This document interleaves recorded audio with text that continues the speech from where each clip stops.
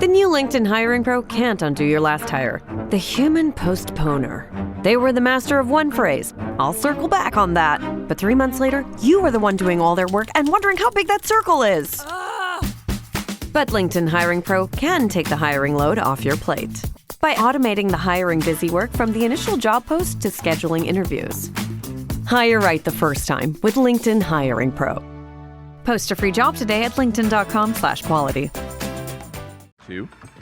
Hello, H3TV 2022 at 2:02 o'clock.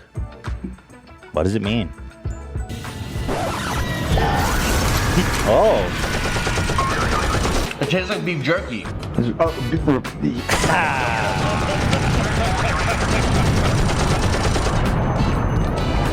Is this? Oh. I gotta do my own voiceover of that. Is it not H? Oh, it's off the rails. Right. It's all melding together, guys. Let's be honest. But welcome everybody to the show. We've got a great show here for a change. Unlike all the other episodes. Sponsored by Harry's Razor, Babbel, and Stamps.com.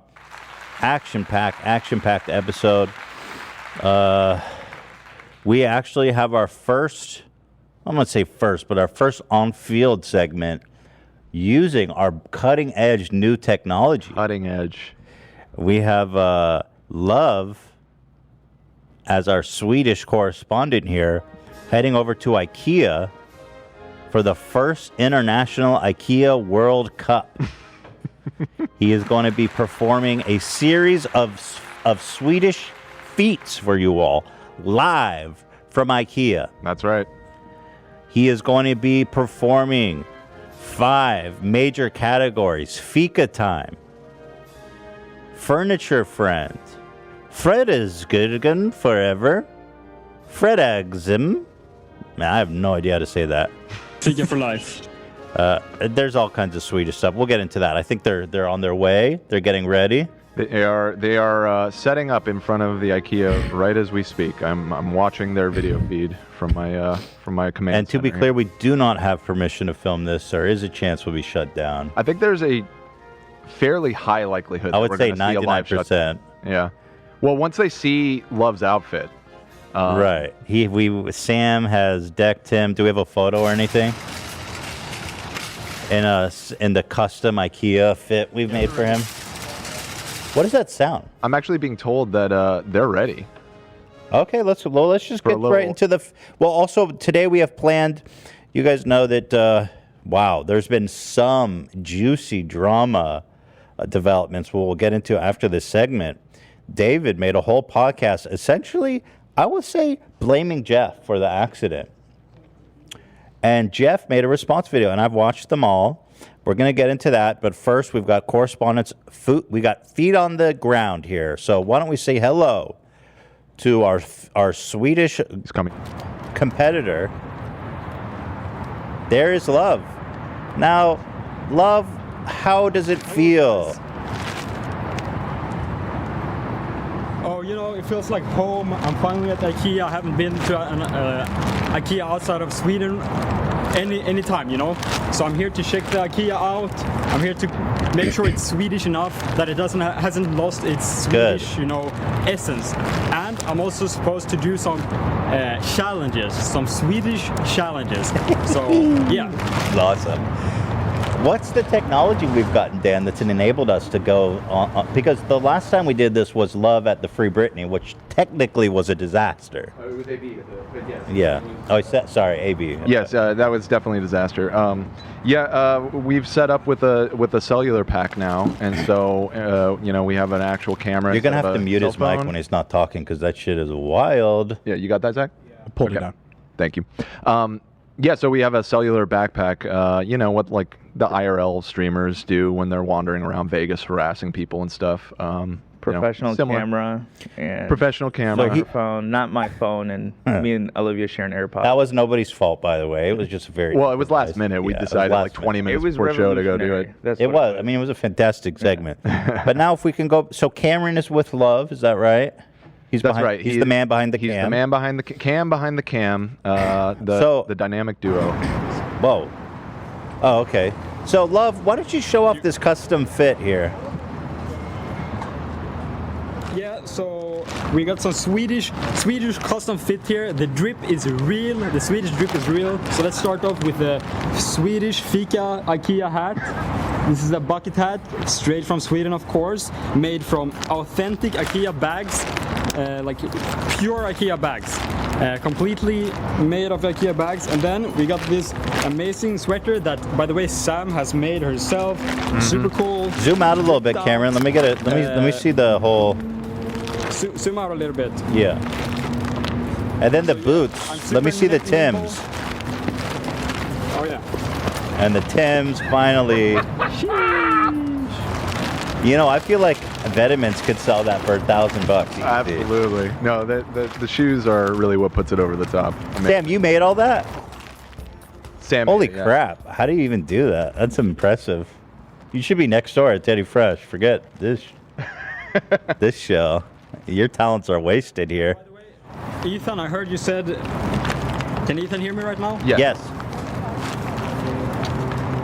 Okay, so I heard you said that we don't have permission. That's actually not right. I have here a message from the King of Sweden. You see here, it's all completely authentic. He's completely real. His sign here. And this is not a crime to print something like this out from the internet. This is actually completely legal. Absolutely. And it says right here that we have complete and full permission to do whatever we want in IKEA. Wow, okay, great. This trumps American law. Yeah. Yeah. No, all right, this trumps American law. This is above American law. All right, so we're going to go in there. We're not going to try too much trouble. We hopefully we won't have to bust out the letter from the king. Yeah. So let me lay out the competition rules. First, Love. The first competition is going to be Fika time. Love is going to have to eat 8 meatballs in 1 minute. The second one is Furniture Friend. Love is going to have to help one customer select furniture to purchase. You know, he can translate the Swedish titles. He's Swedish, so obviously he has insight that other people don't. I don't know what this says. Love, what is the third one? Fred is Gisms forever. Yeah, you're almost right. It's Fredagsmys. Fredagsmys is a Swedish tradition. Of course, on the Friday, you like kind of kick back, relax. It's Friday cozy time with the family, with the girlfriend, with anyone you like. You sit back, you get some snacks, you get some drinks, and you just have a nice time on the Friday, you know? So we're doing Fredagsgism forever. Love convinces someone to Fredagsgism with him on the couch, on one of the couches there. Oh my God. Can we that show should that be on easy. YouTube? At what? Can we show that on YouTube? 2 dudes on a couch, or 2 people on a couch? I think so. As long as they keep their clothes on. Yeah. Midsummer Små Grodora. To celebrate the traditional holiday of Sweden, Love will find a pole to dance around and sing traditional Små Grodorna song. Okay. And the Baltic Builder. Select a small shelf or cabinet, and Love will have to assemble it before the end of the podcast. Wow. So my hunch is we're going to be checking in periodically with the guys there. If you can complete every task before the show is over or before you get kicked out, you will be crowned more likely the Fika King. Fika King, my friend. What is Julbach? I'm very excited. We can talk about that later. What is this jewel box? So, what's the context here, Dan? Huh? I had a deck because Love was just telling me about this, and I thought it was pretty funny. So we're gonna burn down this goat? You guys build a giant goat of hay and then burn it down? Yeah, it's no burning. So, I guess we'll have to do that. So you're gonna have to burn. You're gonna have to set something on fire in IKEA for this category. No burning, guys. Come on. All right, so check back in with us when you're ready. Why don't you start with Fika time and check back in with us when you're ready to report, okay? Absolutely. I'll be back, and I'll be back with a plate of the finest meatballs in the world. Sounds good, buddy. See you then. See you. All right, good luck, guys. Well, their journey begins, and we'll see. Yeah, Zach, the audio, please. Thank you. Yeah, can still hear it. Yeah, I have it down. I can still hear them. Okay. I don't know why. So, can still hear them. So, what a action. There you go. You got it. Action-packed show here today. I don't know how long I don't know how much they locked down the Ikeas here. We'll have to see. I mean, I think they'll get off the meatballs. That's simple enough. You go and buy some meatballs. No problem there. But you never know. Cam is equipped with a camera. Is the streamer SIM card some kind of crazy looking backpack, or is it discreet? It's pretty discreet. I have it all packed up in a way that it just looks like a normal backpack, other than the cable with the camera sticking out of the side of it. I think the bigger problem is probably the Ikea outfit. Well, who says you can't wear an Ikea outfit? I don't think there's any explicit rule, but I don't know. If I was a security guard working at the front of an Ikea and a guy walked in looking like that, I would probably walk over and just see what's going on. Yeah, you might do that. I might do that because you are a Pussies. A narc. Narc, yeah. Yeah, you're exactly. You work too hard, but all right. We were talking a lot about Ty Lopez. Oh, actually, quick update, because I have a phone link to them, and I'm hearing in the background they're already being yelled at by an IKEA employee. We'll pull it up. Okay. So we have a lot of people who try to come in here, YouTubers coming in, so we're not going to record anybody else. We're just going to record our experiences. So they are already being stopped before getting to the door. My manager, my upper manager. I just want to say, I said put on the outfit inside, because the outfit is the dead giveaway that you're up to shenanigans. But so they're It's a big ass camera. the camera is in the shopping cart. They're being yelled at by the security guard. They didn't even make it halfway to the front door. Live from IKEA parking lot. Turbulence already. Oh, I had a feeling. Love, can you hear me? What's going on there? They're still talking with the lady. So. I heard her say I could get my manager. Uh-oh. This is already being escalated. We just want meatballs, folks.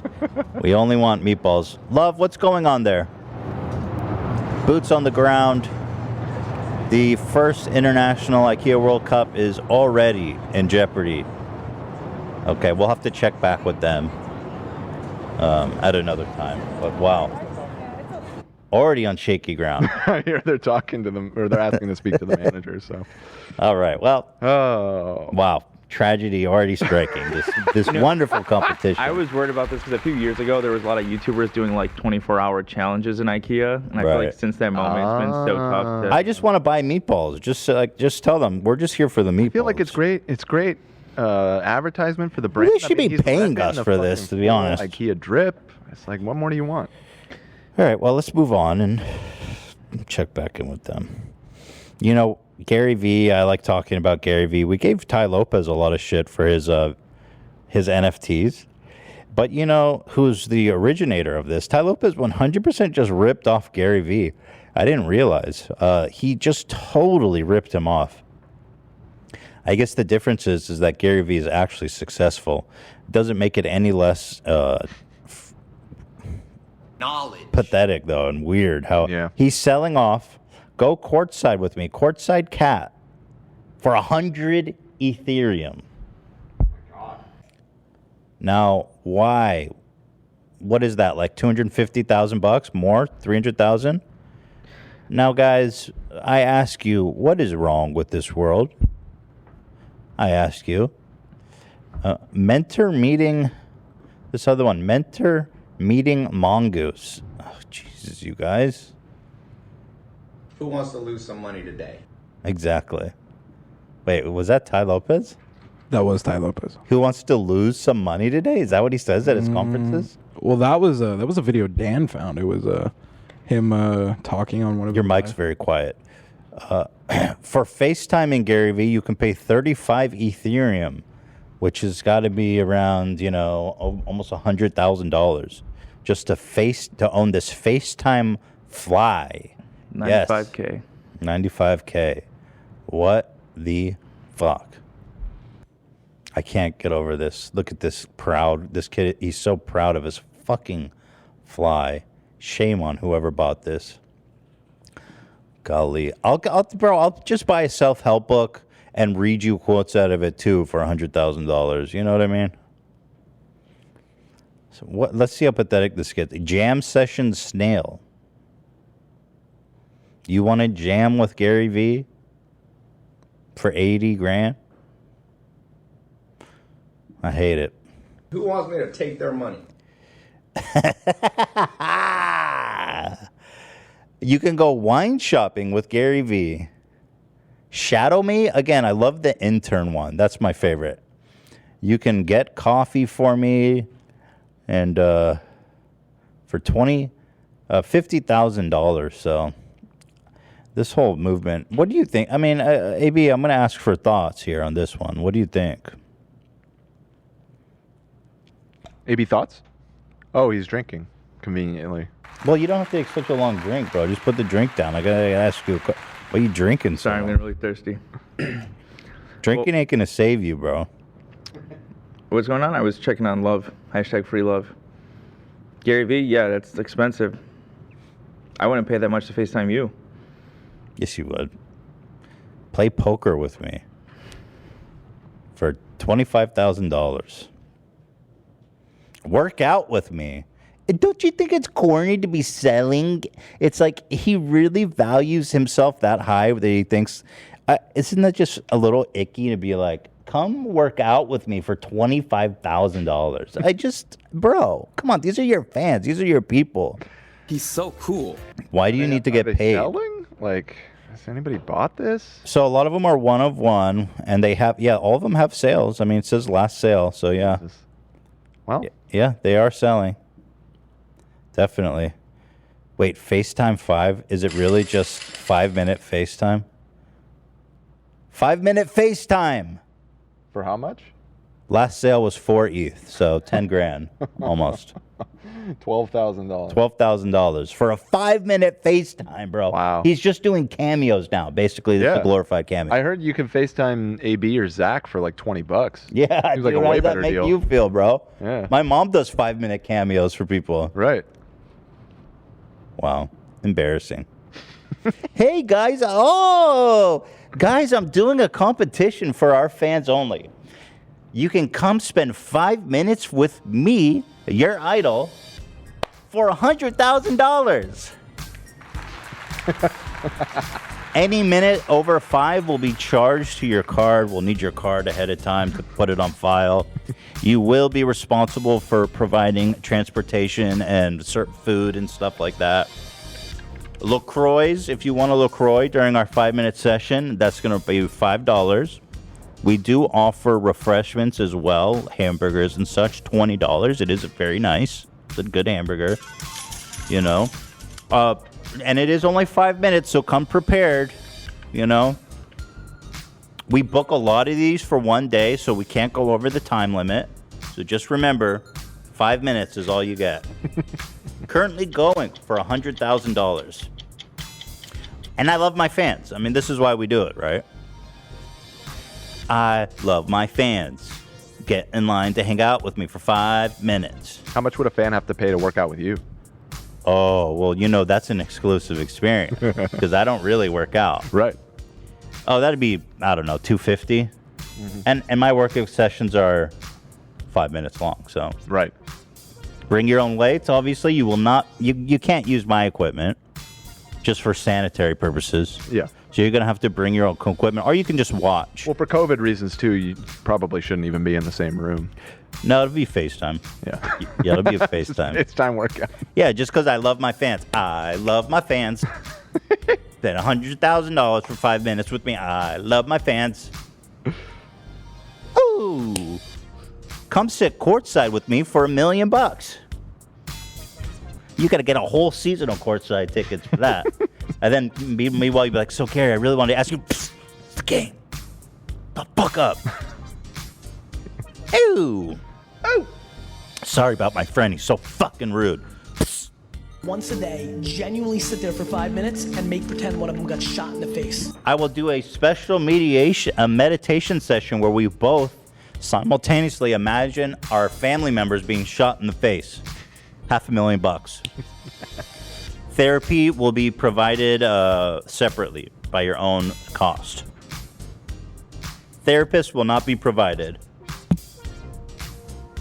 I don't know, man. These guys are all scammers. Huh? Oh. We have a Love and Cam update. They seem to be getting yelled at. Okay, pull it up. Hi, you guys. Oh, really? Oh, I thought that was a cop at first from the boots. Dang. So Love and Cam are being What the hell? confronted by what looks like a security guard. There's people in there who usually, like, for next time, if you guys know, they bring in their own bag, like the blue bag. They put their are stuff in a blue bag. still not even close to the entrance here. Well, I hear some laughter between them, so maybe it's, you know.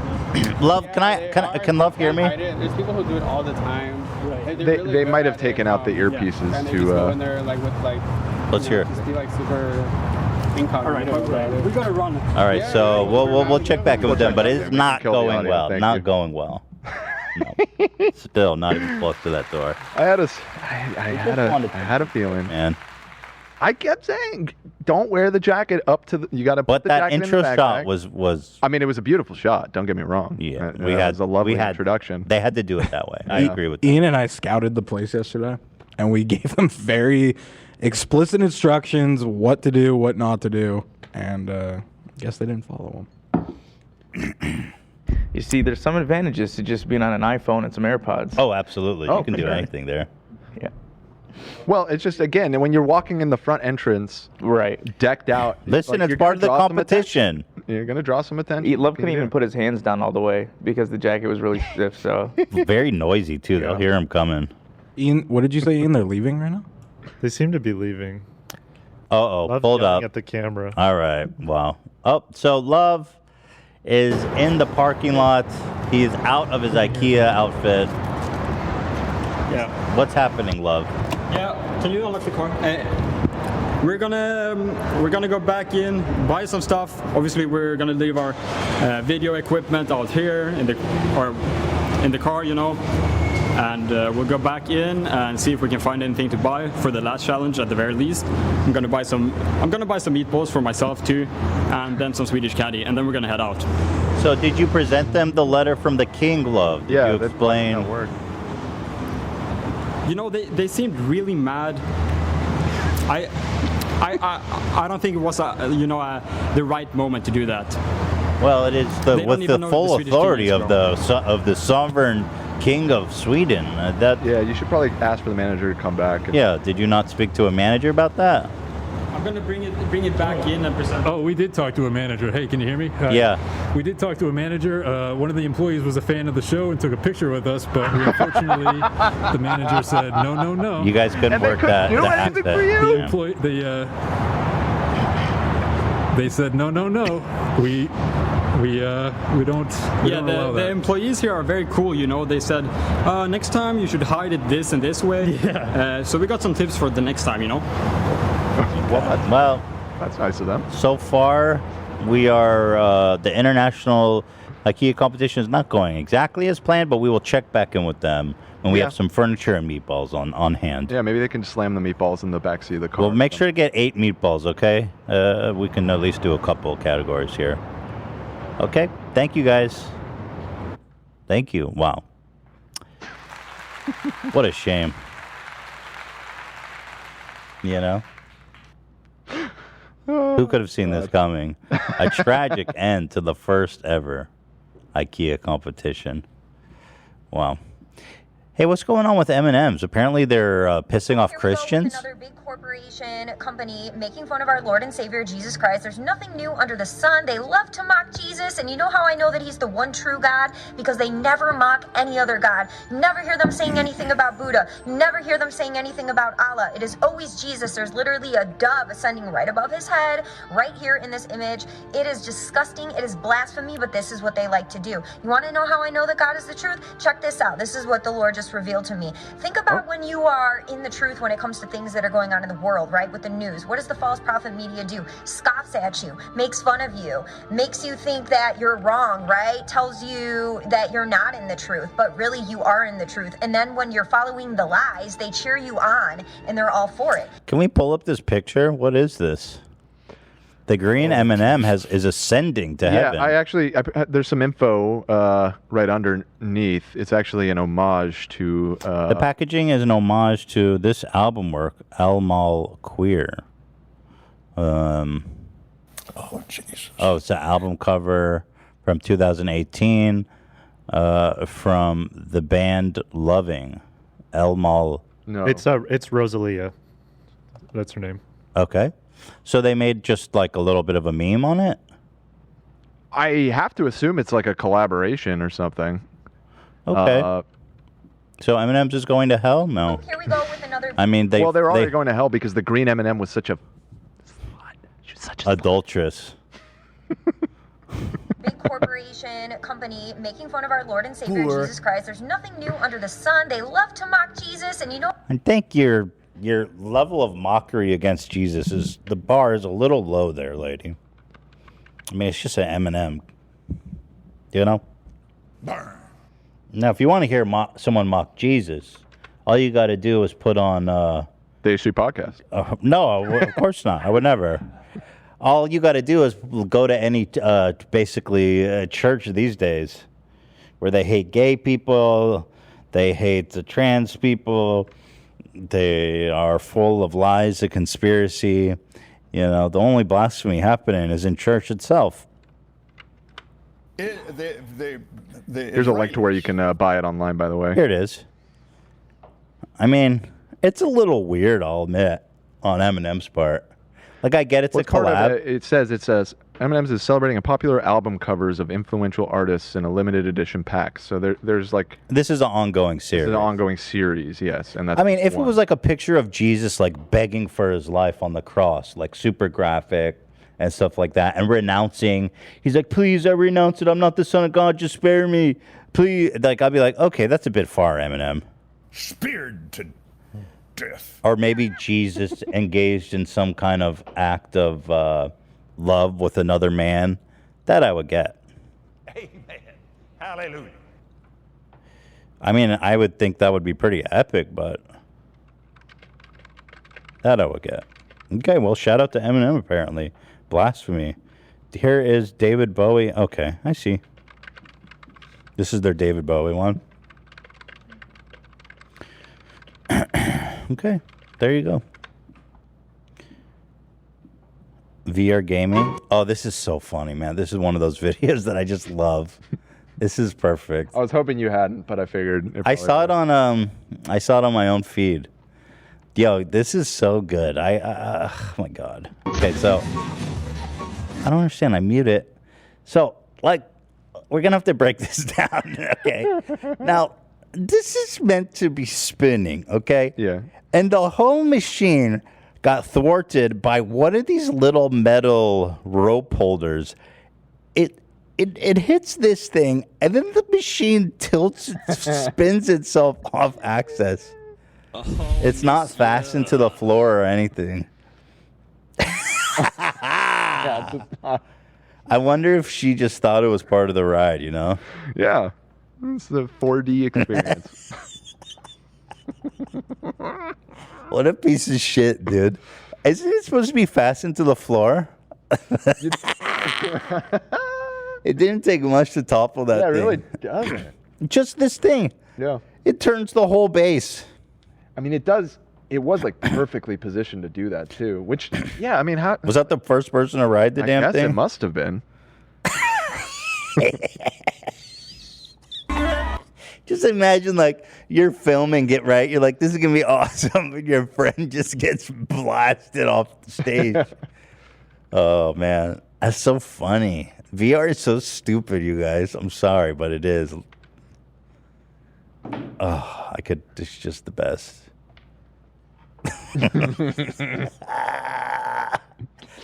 Oh, and she's all like, her feet are fastened down, her arms are fastened down. She can't move. She's just in for the ride.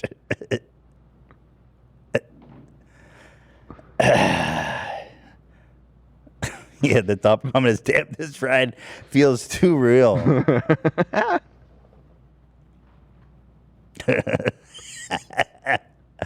There you have it. Yeah, I knew. VR technology is really coming along. It's really come a long way. I knew that one was going to be a hit with you. Before we move on, we're actually already 30 minutes. Yeah. No shot. So I work Every year is getting shorter. That's my day job. Never seem to have the time. Let's watch one more. This This guitar player exposes that Machine Gun Kelly when he's on stage playing his I Fell in Love with the Emo Girl. Is that song popular, by the way? Is that like on the Billboard charts or anything? I think it is. It's definitely on the TikTok chart, which usually means that it is on trending. Yeah. Sometimes people use it ironically on TikTok. Fell in love with an emo girl. Well, this guy's like, dude, you're not even playing the guitar. He has the there's like a switch on the electric guitar, and when you put it down, it just cuts all input or output. Here, check it out. Today we got an interesting new guitar in, the Machine Gun Kelly Signature Schecter. This guitar has a pretty interesting feature. It's called a kill switch, for those of you who don't know. You flip this in the down position, cuts off all the volume, making it completely silent. That got me wondering, how does MGK use this in his live performances? Let's go take a look. Okay, Exhibit A. Let's zoom in, shall we? Clearly in the down position here, but let's be fair to MGK. This is obviously from a music video, and people don't really play in music videos, so let's find a live one, shall we? Surely it's up in a live photo, right? Right? Okay, Exhibit B. He's definitely playing here. Let's zoom in. Oh, no, okay. Definitely still in the down position. Dumbass. Surely there's some out there where it's not like that, right? Exhibit C. Come on, MGK. Don't let me down. Dude. Oh. MGK duetted this and disproved it, says the audience. Okay, let's go. Where's MGK, baby?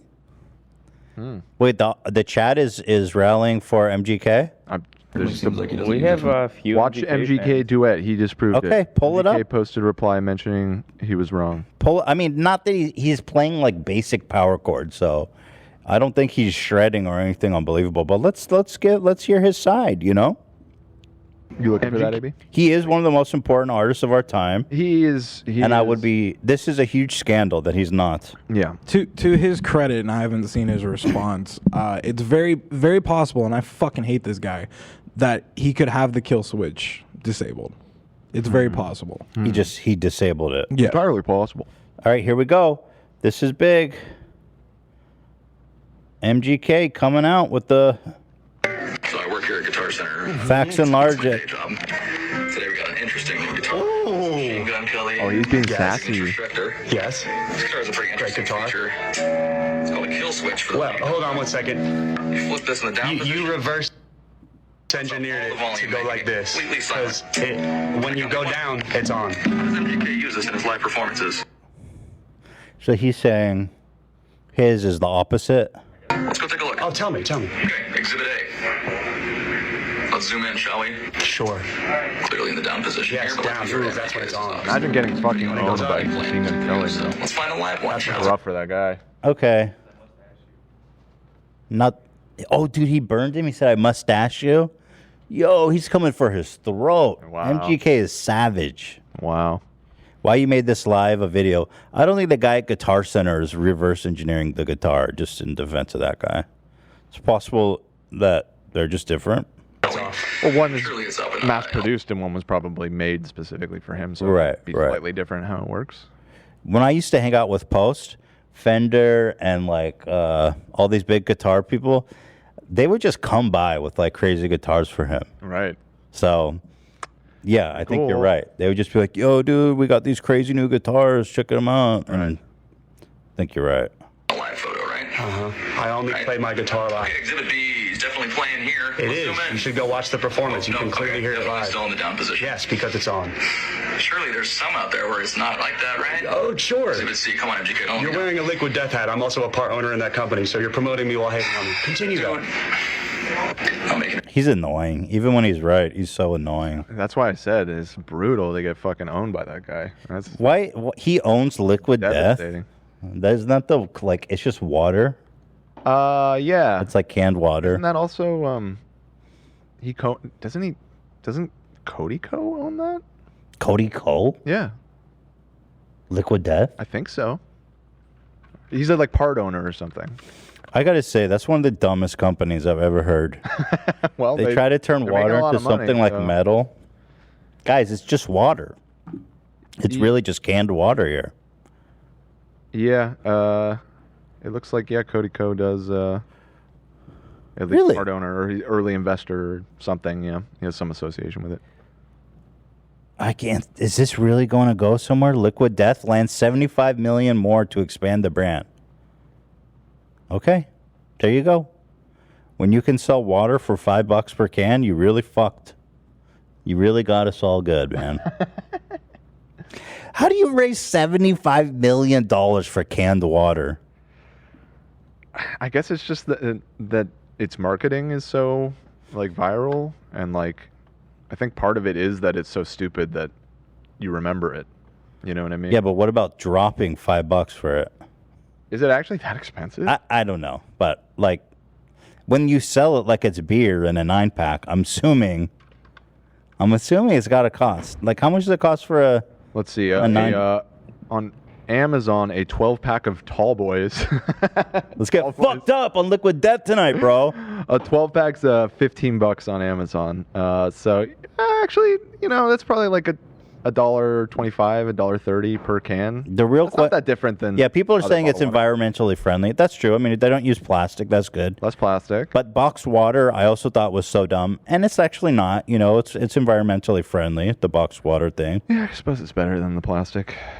Maybe. What do I know? I'm sure that the aluminum manufacturing plant is putting some metal in our groundwater. Yeah, they're just. I mean, yeah. But less plastic, so. I feel like the cardboard is probably more environmentally friendly than the aluminum. What do you think? I'm not. Liquid Death, smart ladies enough and to gentlemen. comment on this. Yeah, it is. No It's idea. giving me Diamond Water vibes. But Diamond Water they actually did sell for like an insanely inflated. Yeah, it was price, right? Like, $5. yeah, per- that shit was well, completely running it over ridiculous. Diamond Energy ain't cheap. All right, let's thank our sponsors, and then we're going to get into the David Dobrik ex Jeff. Dobrik? I actually have an interesting update, too. I talked to Jeff on the phone last night. I don't think I told you guys that. You did. How'd that go? I did? No. I'm saying you did. You talked. Oh, yeah, I did. We had a nice conversation on the phone. You guys are I'll tell you all about it after we thank our sponsors. First, we've got Harry Razors. Harry's Razors. This month, dump the madness of your old expensive shaving routine by trying Harry's. Betting on the underdog can pay off big, especially when a company like Harry's that teams up with the best quality and construction method in the razor game and incredibly fair pricing. I love Harry's. I actually use it on my neck. Hila uses the same razor on her legs, and that shit lasts forever. Yeah, I use them as well on my dome, and that ain't easy. It ain't easy. Yeah, no, it's up for the challenge. It's a task, and it's up for it. Yeah, I bet one surface area to. Yeah. cut, Oh yeah. Like if you picked up one of those cheap plastic ones from the grocery store, that thing would. That's a one-time use, and you probably nick yourself in the process. Yeah, so. it'll mess you up. Yeah. But you know what? Harry's is the real deal. New customers can redeem a Harry's trial set for just $3 when you go to harrys.com/H3. Why should you try Harry's? Well, they believe you shouldn't have to choose between a close, comfortable shave and a fair price. So they give you both. In fact, Harry's blades are designed to stay sharp longer. In a recent study, guys who shave 4 times a week said their 8th shave was just as smooth as their first. That's a better experience with every shave and saving over time. Harry's giving their best offer to our listeners. New Harry's customers can redeem a starter set. You get a 5-blade razor, a weighted handle, foaming gel with aloe, and a travel cover to protect your blades when you're on the go. That's a $13 value for just $3. There's never truly a better time to try Harry's. Go to harrys.com/H3 to try Harry's today. And thank you very much. Thank you. And thank you to Babbel. If you want to learn a new language and you want to have fun doing it, maybe you met a new cutie in another country, or maybe you just want to, learn a little bit before you go travel. Babbel is here for you. Whether, whatever your goal is, it's got to be learning a new language. It's got to be one of them. This language learning app has sold more than 10 million subscriptions. Not only is learning a new language a fun and engaging new hobby, you can use it while you check off traveling more from your list. The whole Babbel process is addictively fun, fast, and easy. Babbel teaches bite-sized language lessons for real-world use. I've heard that learning an additional language is really good for the brain, actually. Makes you think good. And that's my problem. You don't even have to I only think know about one. it, dude. I'm one language. One language. That's both of our problems. And it shows. Yeah. Babbel's 15-minute lessons make it the perfect way to learn a new language on the go. Other language learning apps use AI for the lesson plans, but Babbel lessons were created by over 100 language experts. Their teaching methods have been scientifically proven to be effective. And with Babbel, you could choose from over 14 languages, including Spanish, French, Italian, and German. Plus, Babbel's speech recognition technology helps you to improve your pronunciation with an accent. There are so many ways to learn with Babbel. In addition to lessons, you can access podcasts, games, videos, stories, and even live classes. Plus, it comes with a 20-day money-back guarantee. Start your new language learning journey today with Babbel. And right now, when you purchase a 3-month Babbel subscription, you'll get an additional 3 months for free. That's right. That's 6 months for the price of 3. Just go to Babbel.com and use the promo code H3. That's Babbel.com. Code H3. Babbel. It's language for life. And finally, you know them, you love them. It's Stamps.com. If you use if you use mail and you're not using stamps, you are just playing yourself because time is money. Don't waste either with repeated trips to the post office. Stamps.com, you skip the trip to focus on how to take your small business to the next level. Stamps.com lets you print official postage right from your computer and saves you money in the process, so you can spend less time at the post office and more time making your customer happy. Now, I've used stamps. I know, Dan, your girlfriend uses stamps. She does. For her art business, she sells prints and has a Patreon and stuff. She sends out rewards to people. So she's shipping stuff literally 5 days a week, and she's just got the printer right next to her computer. Simple as possible. You just it's got a little scale. Put it down on there. Prints the right amount of postage. Either the mailman picks it up, or you can just swing by the post office. Like, boom. It seems, if you're using mailing stuff, it just seems like no-brainer. This is the way to do it. You print it, you weigh it, you leave it at your door. That's it. You don't have to think about You don't it. even Yes, think thank about you, it. Stephen. I love how Steven's just become our unofficial endorser of products. Yeah, he's on board with all of Thank you, Steven. sponsors. They've been for more than 20 years helping businesses, small and large alike, get stuff done. Over 1 million businesses. They give you access to the post office, the UPS services you need right from your computer, and you get huge discounts you can't find anywhere else. 40% off USPS rates and 76% off UPS. Whether you're sending invoices, doing a side hustle, or just a full-blown warehouse shipping out orders, Stamps.com is going to make your life easier. All you need is a computer with a standard printer. You don't need any special supplies or equipment, and you're up and running in minutes printing official postage for any letter, any package, anywhere you want to send it. Stop overpaying for shipping with Stamps.com. Sign up with the promo code H3 for a special offer that includes a 4-week trial, free postage, and a digital scale. No long-term commitments or contracts. Just go to Stamps.com, click the microphone at the top of the page, and enter code H3. Thank you. Thank you. Oh. All right, so let's get into it, eh? So, yeah, before David put out his podcast, did you watch it? Did you guys watch it? Yeah, I watched both of them. Yeah, I did too. They came out late. Yeah. Jeff posted his at like 3 a.m. I was like, here we go. What was your initial reaction to David's? Because Because the comment, I immediately went to the comments. Yeah. And it was just pure adoration and love and support for David, which I found bizarre because my initial take, and again, you know, I'm not the biggest David Dobrik fan by now. You guys know that. But I thought it was disgusting. I was repulsed by it. Mm-hmm. And I was like, man, I can't be the only one here, right? I don't know. Did you? Well, I felt like he was being sincere in that he was going through some shit, but the question is he going through shit because of what he put his friend through or because of what he's going through now? You know, like I feel like... Of course he's going through shit, but like there's actually 2 real victims, which he's not one of the real victims. Right, and that was the conflict in my mind. He's like, I'm so sad. I should be making $50 million this year, but instead I'm only making 10. Okay, dude, well... You almost killed your friend, and he has like a traumatic injury for life. So, I don't know. But before all this happened, Jeff called, he texted me and he said, hey, can we talk? I said, sure, yeah, let's talk. First thing he did, he apologized for what happened with his buddy coming to our house, which I appreciated. He said, I don't have to worry about it. It's not going to happen again, which I also appreciated. I honestly was worried. I was worried. Like, after we did the last podcast with the Italian, you know, with the wise guy character, I come home and I say,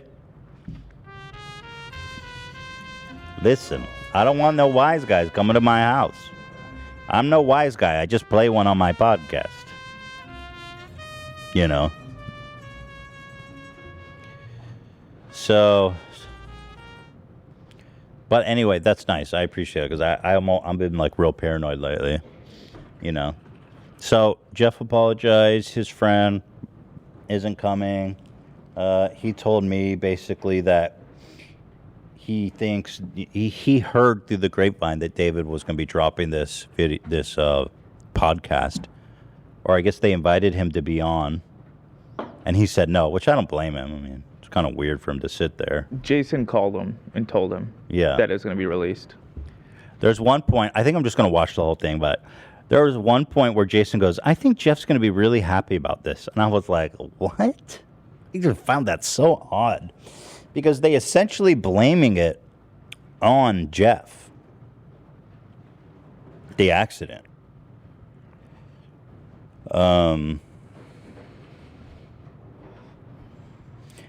And, well, anyway, yeah.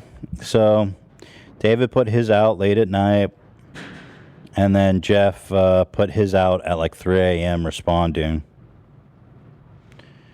I'm not sure how exactly to go about this because I wonder if I should just watch David's and then we can kind of paraphrase what Jeff said because it's like watching the same thing twice. You know what I mean? Yeah, there's a few moments that I highlighted out of Jeff. So if you want to do that, watch David's and then just a couple of moments from Jeff's response to those big claims. Maybe the easiest. Yeah, let's do it. You know, something Jeff kept telling me on the phone was like, you know, that he has lied about things to protect David. You know, always to protect David. And let's just watch the dang thing. First of all, terrible title, discussing what happened. What happened? Is he talking about the essay or the excavator? I missed the mark with that one. Now, my hunch is you guys have probably heard there's a big documentary coming out by a huge creator that is meant to be, there's going to be very critical of David, someone that was previously very close to him. There was a fucking press release. Why I got to tiptoe around it? Jeff said who it was. Casey Neistat made a documentary about David. They were very close and very friendly. And how I understand it is he was making a documentary about David, you know, being the rising star of YouTube. Because I remember Casey Neistat was a huge fan of David before he was even popular. Like when we went to the Creator Studio, Casey was there, David was there, and I remember Casey was like, this guy, you got to follow him. He's going to be huge. He's a genius. That's how I became a fan of David, because I watched Casey so much, and Casey used to always say his favorite creator was David. Yeah, he loved him. So Casey's been kind of tailing David for a couple of years to shoot this documentary of this rising star. And it turned in, and he captured all these controversies with Jeff and the Insider article. And it turned into what was supposed to be kind of like a nice puff piece into a extremely critical documentary of David. And I think David is scared about what's going to come out in this documentary. And I think this whole thing is trying to get ahead of it, personally. Because it's going to come out in like a week, right? Or it's being screened at Cannes in a week? I believe it's this weekend, yeah. I think South by Southwest. Oh, some film festival. Yeah. They're going to be screening it and live streaming it. So people will be seeing it this weekend. And what's in that documentary must be really bad because it seems like he's really nervous about it. And I think he's trying to get ahead of all that. You know, the guy hasn't said a word about this for years. He's been dragged and just silently standing by. All of a sudden, comes out this Saturday, he said. So where does it come out? Because is it South by Southwest or is it Cannes, so the people can know? All of a sudden, the guy wants to talk about everything, you know? When Casey Neistat has basically gone against the family. You never go against the family, Casey. You understand? Casey, I brought you, and David be like, I made you, Casey Neistat. You owe your... That's what happens when somebody who doesn't owe everything they have to David ends up in the vlog squad, you know what I mean? Because all these other people are like, David, listen, he made who I am today. I'd be on the streets. Oh, let's read the synopsis. Under the influence, Casey Neistat. When Casey Neistat first sat down to interview YouTube sensation David Dobrik, neither of them knew they were about to capture one of the most precipitous rise and falls in the history of the internet in real time. David, protected by the belief he's just a kid with a camera, has constantly assumed risks. Even as a story of essay breaks, he's busy covering up a near-lethal accident caught on film. That's in the synopsis. Casey says he's covering it up. In the real world, these kinds of actions have life-changing consequences, but in the gold rush ecosystem of social media influence, the audience decides who's successful and who gets banished forever. March 12th? 6:45. Yeah, so that's at South by, and then it says right under on March 13th there is a online screening worldwide. So I think it looks like you have to RSVP for it. I'm sure it'll premiere on some streaming service later. But you need to RSVP to watch a video. It's like an online because it's a online component of the. Well, if you guys want to watch this, then I guess you go here and just March 13th at 9 a.m. Okay, Southwest, yes. So that's pretty interesting, you know? Or if you happen to be in Austin, Texas, you can go watch a screening in person. Probably with Q&A. Casey might have to go into hiding after this one. You know what I'm saying? No. Hey, Casey. Oh, you got new music. This is the wise guy stuff? I love it. It's like a good fella, the casino, Ace Rothstein. Well done, Zach. Hey, Casey, it'd be a shame if something happened to you. Well, that's like the Jeff Wittek thing. It doesn't really work for David. And Jeff's my best friend again. Just kidding. We're not best friends, but he apologized, which I appreciate. Listen, Casey, I'm going to need you to bury this documentary you're working on. Because if not, it'd be a shame if something happened to you. You got a beautiful family, a nice couple of kids there. Now, accidents happen all the time. Be a shame. Let's just watch this. Okay, so here's David Dobrik discussing what happened. Dobrik? So that's an important context, I think. That's what I was thinking of. If you go to the comments, people are saying, Jason, it's all about how Jason's a great guy, David's a great guy. I do wonder if they're removing comments, because there's no fucking way that people are not being critical of this. I just don't get it. Well, here, let's watch it.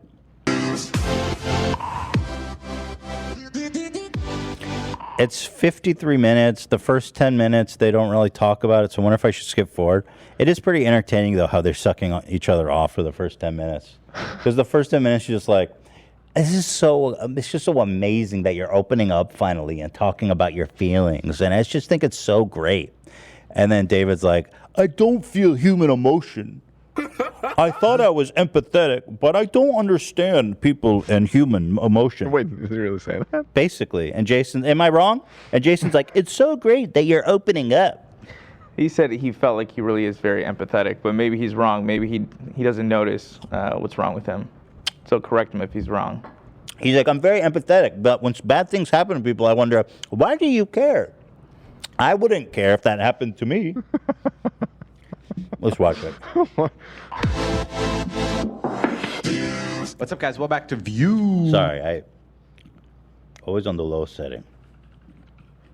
Nice. That was good. Good tone. Okay. Good register. Thank you. You're already in the pocket. Bro, my hand is shaking. Yeah. Could be the caffeine, but this is weird. I had a little diarrhea just now. I'm just now on the white seats.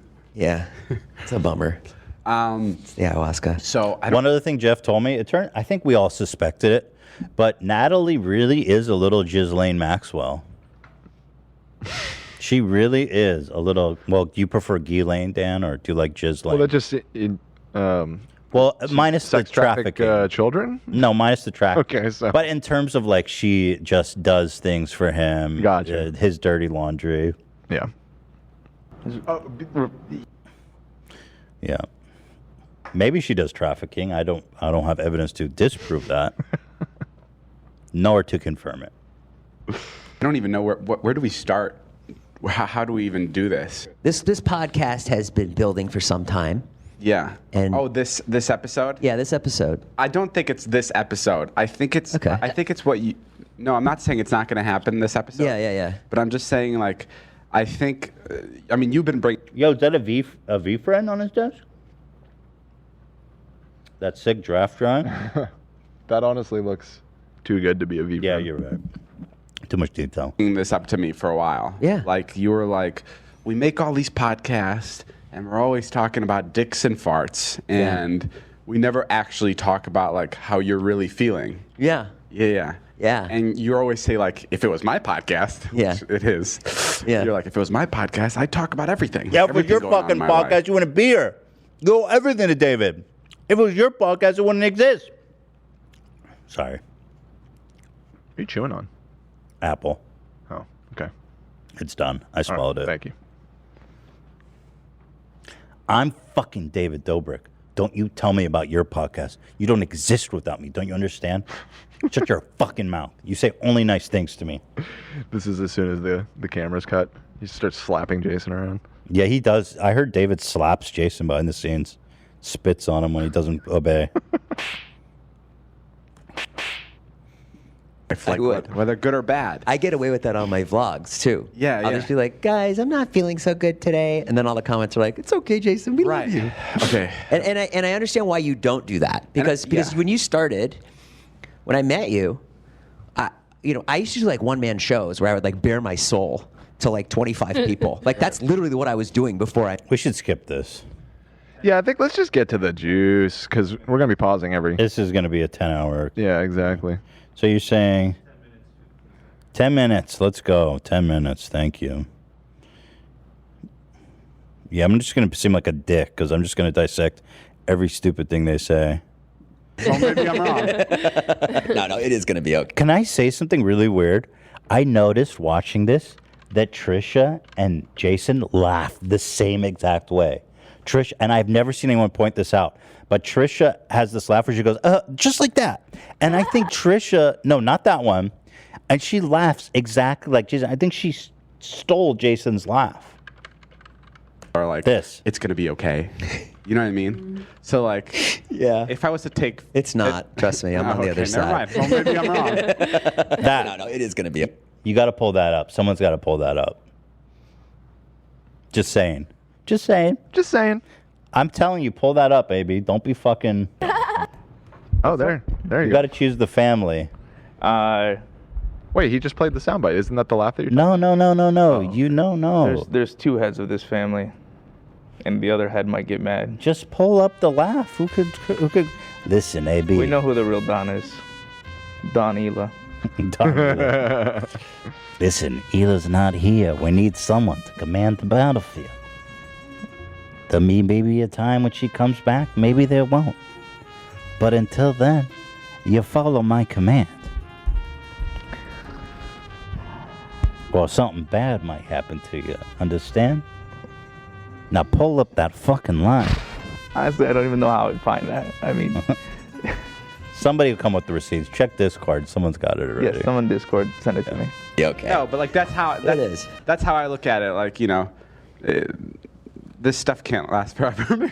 Maybe it can. Maybe I just shot myself in the face with that. But well, there's a lot of issues on the table, and probably the first thing is Jeff. We should talk about that and what's going on, and how you feel about it. Right. Recently, Jeff, our friend Jeff Wittek, posted some stuff about me, just about the accident and about how things have been handled. And you didn't call him on his surgery, stuff like that. And I think there's things that I haven't really spoken about. I've never spoken about the surgery or the incident in general. So I think it's kind of time for that. And we asked Jeff to come today and be on the podcast. He didn't want to, and we respect that. Right. Because I would prefer to do that with him here. Yes, we do. You know, but that's also a reason I don't like doing any of this stuff. I don't like doing it either. I agree with you. I think like talking about someone when they're not in the room is like a really strange thing. Mm-hmm. I think you can tear open a person when they're in the room right next to you and like you're making eye contact, but I think it's a whole nother to talk about somebody when they're not there. Was that it? That's close, yeah. Do you see the resemblance? You pulled that up fast. Wait, now hold on. I got to go back to Jeff. We were at 10 minutes. Hang on, guys. This one of our Discord mods. I knew that someone had that. It's gonna be okay. You know what I mean? Okay, wait. So like, yeah. If I was to take, it's not. Trust me, I'm on the other side. Never mind. Well, maybe I'm wrong. Now play it. I'm just telling you, it's a very distinct laugh, and I think Trish is still laughing like Jason. Percent of the answers are like, it's gonna be okay. You know what I mean? But I gotta go. So, like, I gotta nail the. Yeah. If I was to take, it's not. Trust me, I'm on the other side. Never mind. Well, maybe I'm wrong. Dude, it's identical. If I'm Moses, I'm saying, girl, you stop laughing. I mean, listen, you gotta drop the laugh.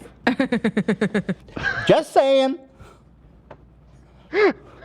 I feel like I'm the first person to notice that. Yeah, well, I certainly didn't connect it. You're right. 5%. All right. Yeah, I got to go back to that. It's just crazy good. Yeah. If I was to take, it's not. Trust me, I'm on the other side. Never mind. Well, maybe I'm wrong. No, it is going to be okay. Because you know that happens, right? Like when you spend time with someone you like, you absorb their characteristics. We all Sure, seen yeah. that, have felt that happen. You could start to laugh like them, do mannerisms like them.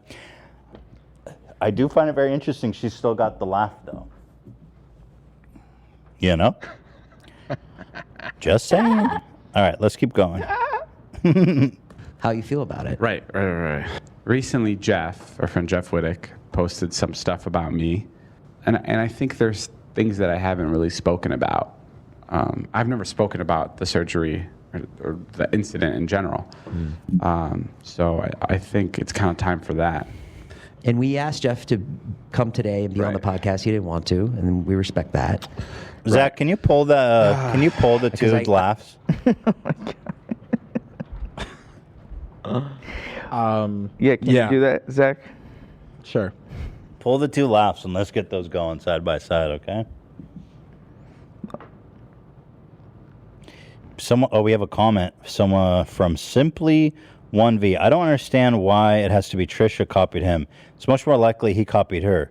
He used her the whole time for fame and attention. Okay, I mean, Yeah, it's I mean, possible. maybe it went the other way. We That's could true. track it. I think someone needs to CSI this. Find out who stole Let the me do a laugh. deep dive. When did they date? In like 2017 or 18? Like you could easily CSI this. Yeah. So find a video. Find a video of that laugh from Trisha pre whenever it was. Guys, I have no part in this. Discord, get on that. We need to CSI this shit. All right, guys, let's get back to the video. That's what we're here to watch. She took 5% of Jason's laugh. No, she took 95%. 100%. If you're looking for Jason's laugh, it's at around 10 minutes of this video, Zach. Okay. All right, David, get to the fucking point. Yeah. I would prefer to do that with him here. Yes, me too. You know, but That's also a reason I don't like doing any of this stuff. I don't like doing it either. I agree with you. I think like talking about someone when they're not in the room is like a really strange thing. Mm-hmm. I think you can tear open a person when they're in the room right next to you and like you're making eye contact, but I think it's a whole nother to talk about somebody when they're not there with you. Yeah. With that being said, the Jeff thing, the Jeff thing is the fucking worst because before I even say anything, like that day is like the worst thing that's ever happened to me, and I wish I would fucking do anything. Imagine how Jeff feels. The one thing that I feel is it's constantly, from his perspective, that he's the victim and forgetting that there's actually two real victims. And it's very much like I am the real victim here. That was a very How can you say it's the worst thing that ever happened to you? To word it, yes. Like, imagine... I mean, say like that was the worst day of my life. Sure. I mean, I think that's valid. Like, if you almost killed a very good friend, that could be the worst day of your life for sure. Yeah. But the worst day that's ever happened to me, is that what I worded it? It's just, it's a reoccurring theme. I Okay. may be nitpicking now, but you guys will notice it. And the other thing is, wow. I mean, I can't emphasize how close Jeff was to dying. And David would be in jail. He would probably be kicked out of the country. He would literally lose everything. He wouldn't be sitting here with his friends and his microphone and his fancy set and all this. He would be gone, either in jail or back in Slovakia. Whew. And he should be kissing Jeff's feet every fucking day and thanking him. Thank you for not dying. Thank you. Whatever you need, please. Thank you. Anything to take that day back. My hand is shaking. How about using two hands to drive the excavator? I mean, anything. Like, I'm being dead ass. Like, I wish it was me. Bro, I can't handle that he just said dead ass while talking about the most traumatic moment of his life. That took me out of it. Yo, that was so traumatic, bro. Like, I'm being dead ass right crazy. now. Yo, I'm being Jeff dead right now. Oh, no. Bro, dead ass. Can you imagine like a Holocaust survivor? Bro, that was the worst experience of my life. Dead ass. My whole family got like exterminated. Dead ass, the worst. Inappropriate. Up there, I wish whatever. Like, it's like, it's the most unfortunate thing ever. And I think, and it's it's an accident. That's what it was. It's an accident. Like, I also want to make that clear. I don't know. It's an accident of negligence. You understand? Of course, you didn't mean to do that. But it was an accident that was caused by your gross negligence as the organizer and the driver. That's why charges like manslaughter exist. It means you didn't mean to kill somebody, but it happened because you were irresponsible. You made an accident. It's not just an accident, right? There is fault here for you to own. People think that there's never a world where I would ever want that to happen to a person. I was never up there like driving the thing wanting to hurt him or whatever it was. Like, of course, and nobody's accusing you of that. So it's kind of disingenuous for you to like address that, which nobody's saying you intentionally did that. The thing. And I think recently, so Jeff's got. Wait, Jeff had a friend who said he did it on purpose? Who said that? Our friend. Oh, our friend, yeah. Friend of a friend. You might have done it on purpose. Said- Well, it's safe to say he may not be he's the muscle for a reason. You know what I'm saying? Forget about it. Never happened. He's the muscle, not the brawn. Or, well, I guess brawn. He's not the brains. He's the brawn. Right. Davish? Yeah. Angry recently with me. And I don't know. There's a lot of layers to it, I feel like. And you can correct me if I'm wrong, but I think one of the main reasons Jeff is bummed with me right now is because he saw me do an interview where I said something that I promised him I'd keep between us. And that's something he told you. He's talking about Casey Neistat's documentary. He did an interview for Casey. They'll get to it, but I'll just tell you now so it's not confusing. He says that the excavator thing was Jeff's idea. And according to David, Jeff begged him, please don't tell anybody it was my idea. Just confusing and weird, but we'll get into that, I guess. Yeah. And I figured that that's what it was, and then you reaffirmed it when you told me that he's pissed that I broke a promise. This is so hard to talk about because I don't want to fucking sound. Yeah, okay. So it was the day of whatever it was. It was. You've never talked about the accident. You want to go through it? Yeah, I mean, we were filming a video, like my comeback video I haven't posted in a while, and we wanted to do something exciting. And there was this YouTuber that we were collaborating with for it that did these really cool really cool visuals of people doing the coolest things. And one of them was people were wakeboarding, I don't know what that's called, while holding on to an excavator. And that was one of 5 things we were gonna do. That was the first activity that we had planned to shoot. And yeah, the morning came where we were in Utah, we were filming it. And yeah, we were getting the shots, wakeboarding. And then I remember Jeff came up to one of my buddies, one of our friends, I don't know why I say it like that, and then later to me, and he was like, this is fucking boring as shit. What are we, preschoolers? Let's do something cool. And he said he wanted to swing from it, and I loved the idea. I was like, hell yeah, let's do it. So I remember too, right before we had gotten to Utah, Jeff, Todd, and I were all getting skydive certified. So we were like. So they're setting up this narrative that it's Jeff's idea. And this is all coordinated, right? So he goes, Jeff was like, well, come on, swing me around faster. Or something like that. What is this, pussy shit? Slam my face into this excavator, make it real interesting. And then Natalie goes on to establish more that it's Jeff's fault here. Ghislaine Maxwell here. She doesn't traffic in children. She traffics in human lives, apparently. Eyeballs. We had all done 20 jumps out of an airplane. We were high on life. Yeah. Right. I remember when we all the 3 of us had this air of not arrogance, but just we had done something so amazing all together, and we had this bonding experience. Oh yeah. And I remember when we landed at the airport, we just felt so cool. Yeah. And we were so ready to we're gonna do all these water sports and stuff. We were just jumping out of airplanes for a whole week. Yeah. And there was that Man, this set is crazy, isn't it? It's so big and tall.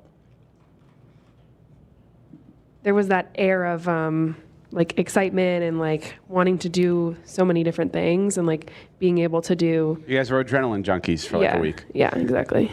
Right. And so they're being Jeff was all hyped up. He was crazy. He said, spin me around.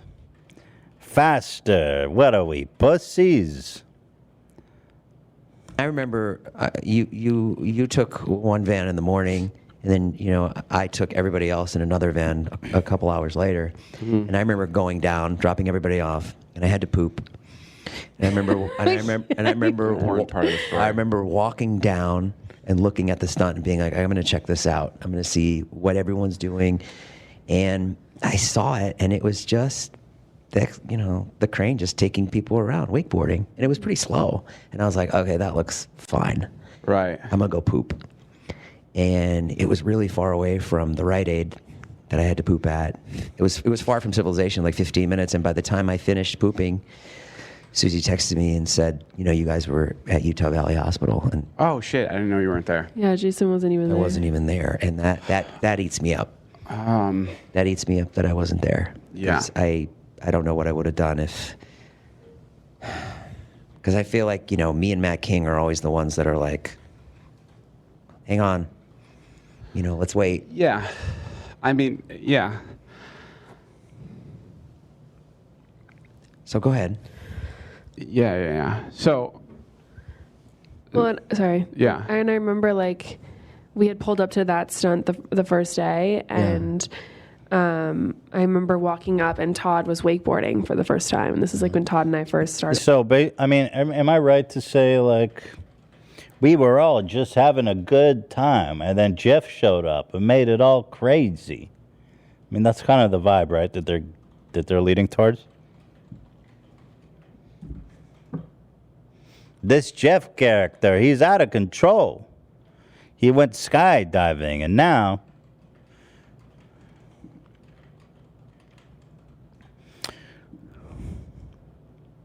this was the day before. This is the day. Oh, that day, yeah. It was early that day. It was 7 a.m. You started, yeah. And this is when Todd and I had first started Yeah. dating. And there was always these jokes between Todd, Jeff, and I. Yes. About Todd and I dating. And I remember Jeff was like, "Oh, Todd thinks he's so cool. He's just wakeboarding or whatever." And because he was we had just done all these things. We had just jumped out of a plane a million bajillion times. Now we're just hanging on to a wakeboard. And there's so many more other cooler things that could be done.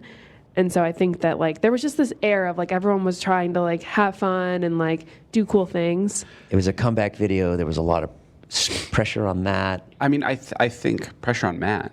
On that. Oh, I think there's a lot. I think there's a lot to be said with just that as well. I think that's why I don't want to make the kinds of videos I was making before. Was there was this pressure to perform. Ultimately, what point that Jeff makes in his response is everything they're doing is for his video. They're not paid. They don't have benefits. They're literally there for him to make videos good. So this whole premise that Jeff was there trying to make it more interesting and pushing them to do crazy shit doesn't matter, right? It doesn't matter at all because David, they're ignoring the fact that David was driving this excavator with one hand, recording in the other. Jeff makes a good point in his video. He's they've been going for 6 hours already. David definitely had a handle for the control and speed of the excavator. And he's I wanted to do stuff. I wasn't looking to be parallel with the earth and get his face slammed into the excavator. So it's a lot of... they're missing the big point here, which is that none of that matters because ultimately David is responsible. And I think even bringing any of this up about Jeff is super inappropriate. This was all your idea. If you're going to put people at the end of an excavator, you better have the safety protocols to make sure that's safe. And he didn't. So I don't know. This feels like a weird collusion to try to manipulate people to saying it was partially Jeff's fault, not David's fault. What do you got here on the right? This is a heavy topic, so I'm loath to interrupt here. But I do love eating some Swedish meatballs in Ikea. You got in? Okay. So have you tasted the meatballs? No, not yet. All right, well, give them a taste and tell me what you think, first of all. I bought some extra meatballs, so we have around 12, 13 here, so I can afford having one. It's amazing transition. Yeah, this is a rough transition, I'm not going to lie. It's a bit rough. Not good? Yeah. but we might get kicked out. So Okay, are those the not meatballs authentic? Are really good, actually. Yeah. Yeah, we're not using the. We're back on the phone. We're back at Free Britney. Yes, we're back at Free Britney. Well, they were not able to sneak the camera back in. So. All right, guys. Maybe bring the meatballs back. Do we to want the... to do the challenge? All right, just go chug the meatballs. Can you hear me now? Yes, we can hear you fine. Just eat the damn meatballs. Put those balls in your fucking mouth. God damn it. Just shove them in there. Okay. 1. Who's got the timer? 3. Oh, those are little, eh? He's crushing it. Oh, he's struggling. Oh man, he's not liking the Swedish meatballs. Yeah, everything's a lie. I'm liking them. It's a lot of They're balls really in your good. mouth at once. All right, you know what? Oh, he's making good progress here. Okay. This is really good content here. Yeah. To interrupt with. Okay, slowing down. He's like a chipmunk with a bunch of balls in his mouth. He's. Chad is maybe saying that was a getting Wendy little- Williams transition. Yeah, it really was. All right, you know what? We'll check back in with Love. I didn't realize we were doing a Free Britney situation here. We're just trying to respect our Swedish coworker. He's explained that no matter what they're doing, no matter how hard the work week is, you don't take a break. I mean, you have to take a break for fika. Nothing interrupts fika time. That's so. true. Yeah, we're just trying very to be dedicated to the bit. All right, you got those pulled up. Is that also what's going on? Go ahead. Dude, that's insane. Somebody stole that laugh from the other person.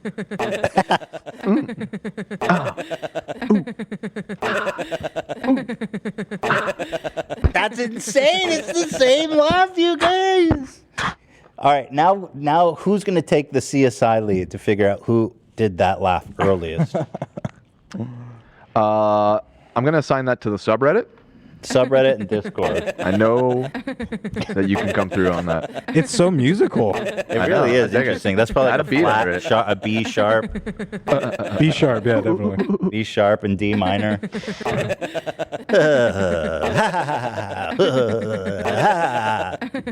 Just an observation. Just saying. Just saying. Stop! All right, can you guys not... trying to talk about this damn podcast. Okay. Thank you. Let's get back in. So where were we? Yeah, they're establishing that it's Jeff's fault. Or partially his fault, right? Like, he really wants people to think it was an accident, that it was Jeff's fault, that, yay.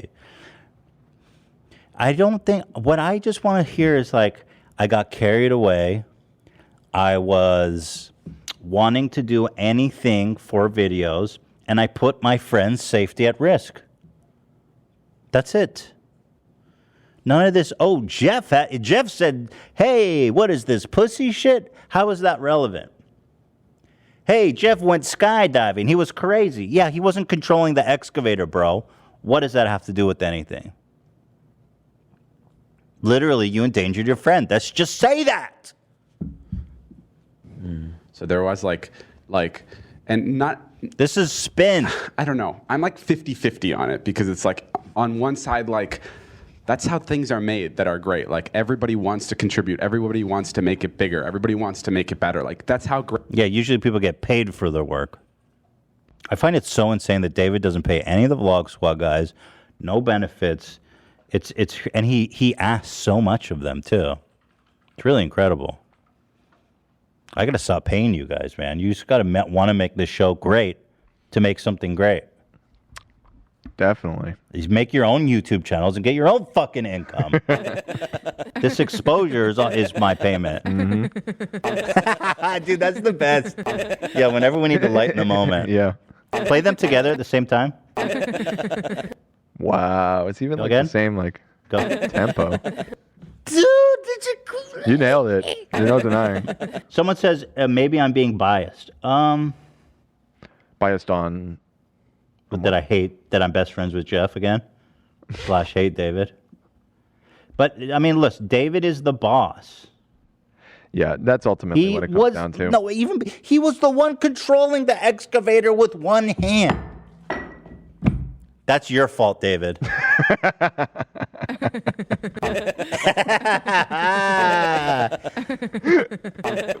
Dude, that's crazy.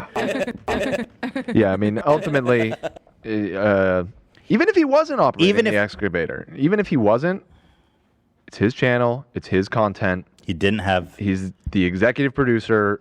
That's part of the gig, man. But you know what? Get all the money, you get all the responsibility too. And if you're gonna be in that position, you need to be able to identify a dangerous situation and stop it before it gets that also far. he goes, I learned so much from that. But that's not the first time. Like Jonah almost died jumping over the pool on a motorcycle. Yeah. So you already got lucky once with one of your friends getting seriously injured. Yeah, and it's a little more than just something you can shrug off as a learning experience, like almost murdering somebody. But it is way worse that he was driving. Thank you, Lena. Right, on top. It is way worse because he's the one who spun it around super fast. Thank you. Sorry. I just have this glass here. Just a little water. Thank you. But even if it had been Natalie or one of the other people in the vlog squad that was behind the controls and he was just laughing from the sidelines, it's under the umbrella of his show. It happened on. Yeah, legally, it's his liability. Yeah, exactly. But the fact that he was driving with one hand and spun it up just does make it worse. It makes it worse because he can't. If Jeff was like, I want you to spin me on an excavator and whatever, no matter how much Jeff did anything, it's fucking your fault, bro. Yeah. Jeff, of course, contests all this in his video anyway. Great things are made is like people have a motive and people have a desire to make something amazing. And I think that's what helped with my videos is each and every one of my friends wanted to contribute. And the reason they were so good is because all my friends helped me with the videos. And yeah, so on one side, I think that's exactly how something great is done. But on the other side, I could see how that environment can get dangerous. So when we got to the hospital, Jeff was... What did he just say? He said, my friends are eager to make the best video possible, but it can be dangerous.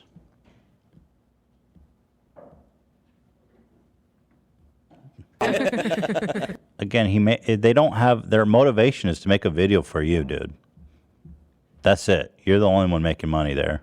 Was in pretty good spirits. It's a really hard thing to navigate when you're in the hospital with something like that because you don't know whether or not to be like super serious and caring or goofy, right? I don't know how to do that. And I remember Jeff told me to check my DMs, and it was a video that he found. 15 minutes before the accident. Now this is wild. This is wild. Okay, go back here. Watch this part. This is important. Or goofy, right? I don't know how to do that. And I remember Jeff told me to check my DMs, and it was a video that he found 15 minutes before the accident that somebody posted, and he said, "Let's recreate this." And it was a guy swinging from an excavator and flying off. I didn't see that DM till the hospital, and he jokes. He's like, "I didn't mean literally, haha," he joked. So he says Jeff sent him, and he shows the DM, right? So he's clearly trying to pass. He's like, "Hey, I got the receipts. Jeff sent me this video," which, by the way, David didn't even see until the hospital. Right. So what the fuck exactly is his point he's trying to make here? You were the one driving. Do you not recall that? Just trying to paint him as a thrill-seeking, maniac. Also, I think it was to demonstrate that if he wanted to put the blame on Jeff, he could have done it with this. He doesn't directly say it, but I think that's what he's trying to do. I know he's trying to do that, right? But he didn't even see it until he was already in the hospital. Which I think he's trying to say, to clarify that I am taking responsibility. Then why show the DM? Why? He's literally showing the private messages of Jeff to make it look like it was his idea, which David never saw until after the accident happened. And you're the one that controlled the speed of the excavator. How the fuck would Jeff wanting to do this have any impact on the accident when you're the one controlling the excavator? He's showing the DM. I don't know. This shit just seems beyond the pale. It's disgusting. It's weird. It's just a blatant attempt to make it his fault. Yeah.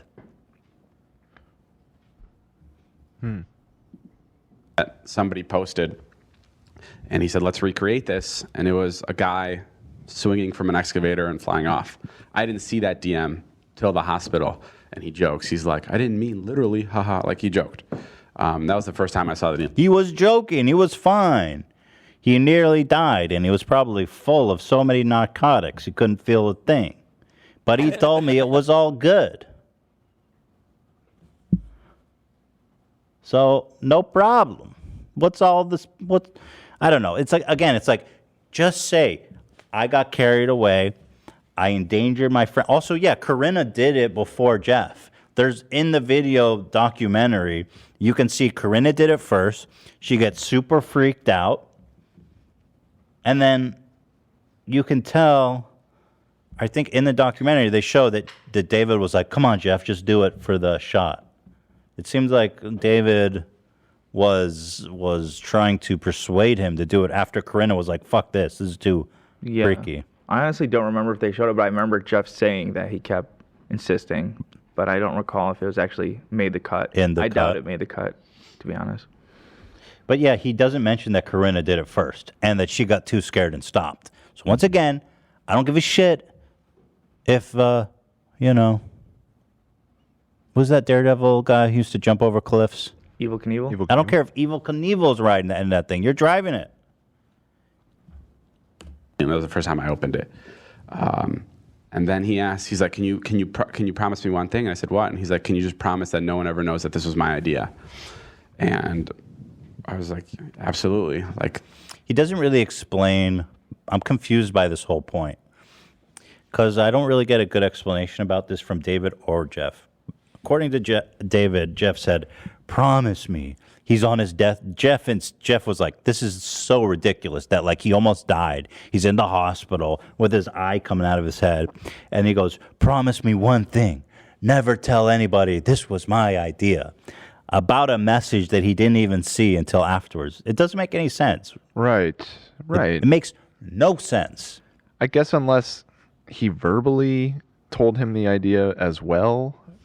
I don't even think David said that. Detail. He didn't say it here, but I guess he doesn't really clarify whose idea it was. I mean, it's not even like the person that had the idea is the person in the wrong. Like it doesn't matter. Moot. The whole thing is moot. The idea itself isn't the problem. The problem is that you did it without any safety personnel training, proper protocols or anything. You just wung it and somebody got hurt. I mean, people do that. Like the excavator thing, wakeboarding, like that's a thing people go and do. There's a way to do it safely. You just didn't do that. Yeah. So it doesn't really matter whose idea it was. Not at all. Yeah. So again, the whole point of bringing up whose idea it was is like to deliberately obfuscate responsibility. Right. Yep. Which is solely on David.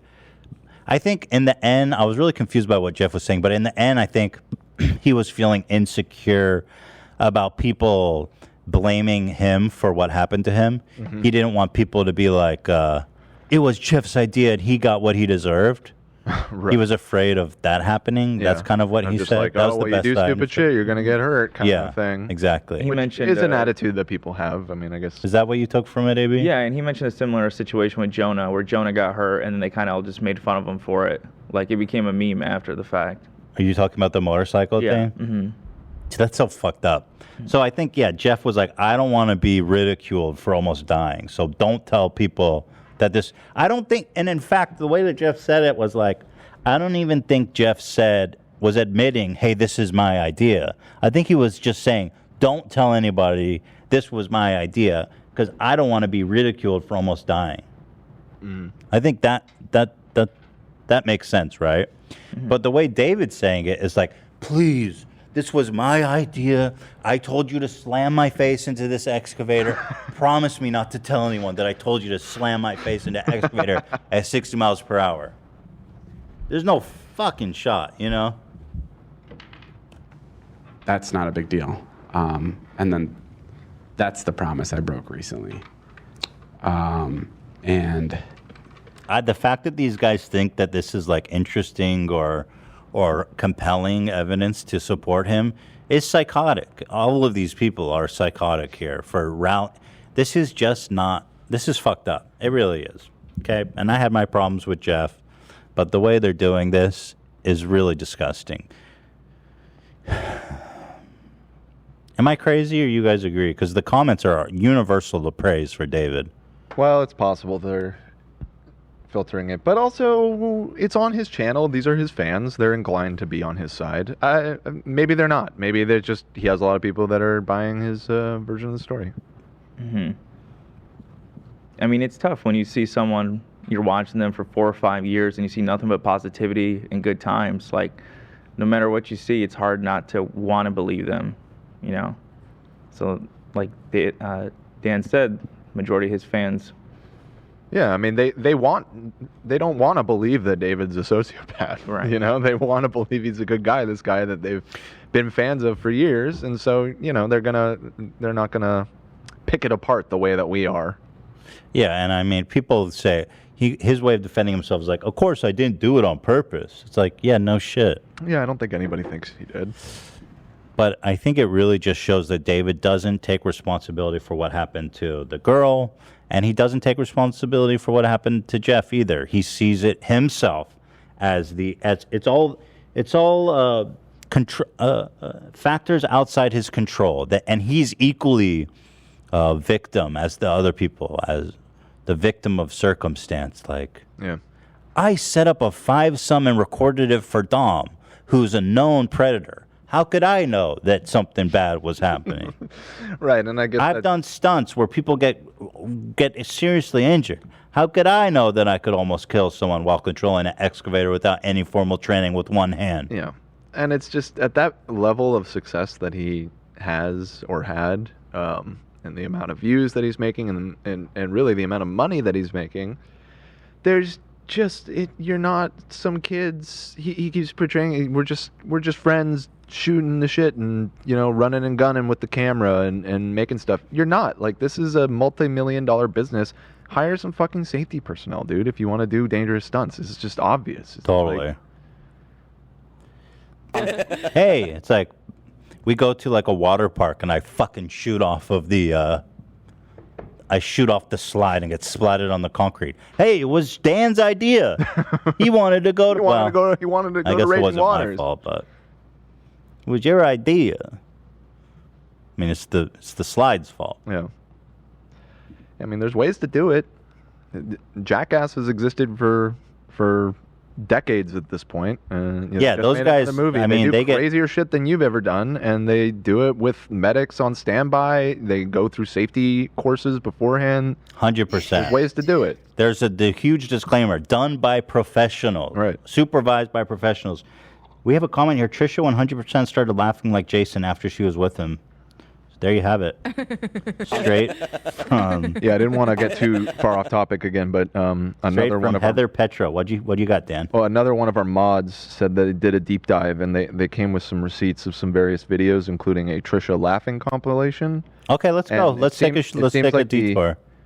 The earliest instance of her laughing like that is in a video with Shane from 2018, and they started dating in summer of 2017. This is all according to I one of the knew it. Discord There's mods, no so- way. I don't feel that. First of all, Trisha's whole thing is like that she takes different identities and like, oh, I don't know who I am, and I'm not my own person. So I don't think there's any chance that Jason took the laugh from Trisha. Yeah. Let's be honest.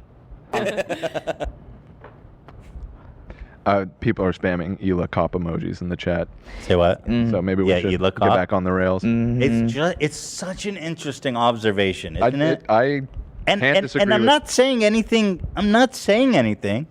It's just they have the same laugh. Absolutely. Get back on the rails, Ethan. Thank you, Ela. Yeah. She's right. Okay. When she's got a point, guys.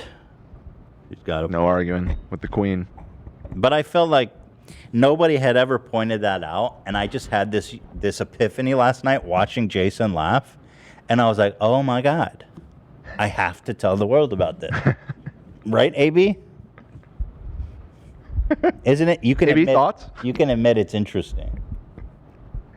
Hila's my counselor. I'll let Hila do my talking. It's not just AB has some serious PTSD from. Yeah, why are you so from all scared of this, Hila? so- It No, is- not, I don't think he's scared of Hila. They're not scared of her. Just Yes, you are. You're shaking in your boots. What, Zach? she can be scary. I'll say it's interesting. As a It's the sound guy, it is interesting. interesting, but you know. Please, Hila. Oh shit, the chat is turning on me. It's all Hila cop now. All right, and we're done. We've fully explored that. We've explored it. that. We've identified. All the right, back to similarity. the podcast. Yes. Nothing is on fire. I repeat, nothing is on fire. There you go. Thanks. See, let's Everything's just keep all good. moving like nothing happened. That's right. And I don't know. And here's the thing. I don't understand why that bothered him so much. Because at the end of the day, I was the one fucking driving it. It was my video. I was the one sitting there. It's fucking clear as day. I am the one controlling the thing. He got hurt because I was driving. That's it. And I fucking know that. So why did he spend the first 20 minutes talking about how it was Jeff's idea? Like, he's muddying the water. And like I said, I would, any chance I would get, I would take that back. Any chance I would get. I believe that. And So yeah, let me ask you a question. I believe that. If a magic genie came to David and said, you have two options. The accident never happened, or you almost kill one of your best friends. Or they said either you'll go dead, you'll never had a career, you're back, you're just a normal guy, and Jeff's eye is healed, or you can live in the current timeline. Do you really think he would choose Jeff is healed? Hell no. Hell fucking no. I don't know well enough to say, but Hell no. it does seem like a stretch. Man, David would not fuck. He would pick current timeline every time. Yeah. Well. Sitting in his $1 million studio, his $12 million Encino mansion. Fuck no, bro. He'd be like, man, fuck that guy's eye. You know he would. That'll be the biggest regret of my life, my entire life. It's easy to say I would give anything when it's not an option. It's that Barry comes. I should get real. really hope there's not a moment that I regret as much as that one. Yeah, I thought this was interesting. He goes, and you think that'll be the biggest regret of my life? We'll see. You're still young. You're pretty young, and you fuck up a lot. Something tells me it won't. My entire life. I really hope there's not a moment that I regret as much as that one. But yeah, and then we. It's like a pride thing. He didn't want. To, okay. Yeah. Whatever it was, whatever it was, I was like, yes, I can keep that. And then it got like a little bit. But was it even Jeff's idea? Like, I don't think they showed that it was his idea.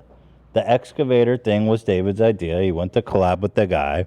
I don't understand this whole thing. Who gives a fuck? We started filming.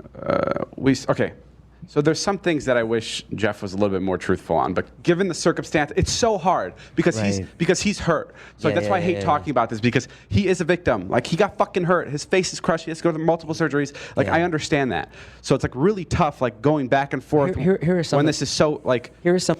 Yeah, like always, like, this is my biggest regret. The essay, not as much. No, I don't regret that as much. Here are some of the things that he's told me that I are legitimate. They're legitimate gripes. Like he came to the house to do a Hawaii video, and he thought, and you had planned the Hawaii trip the same day as one of his surgeries, so there was no way that he could go to Hawaii, but he was here for the return of the video. So, which is.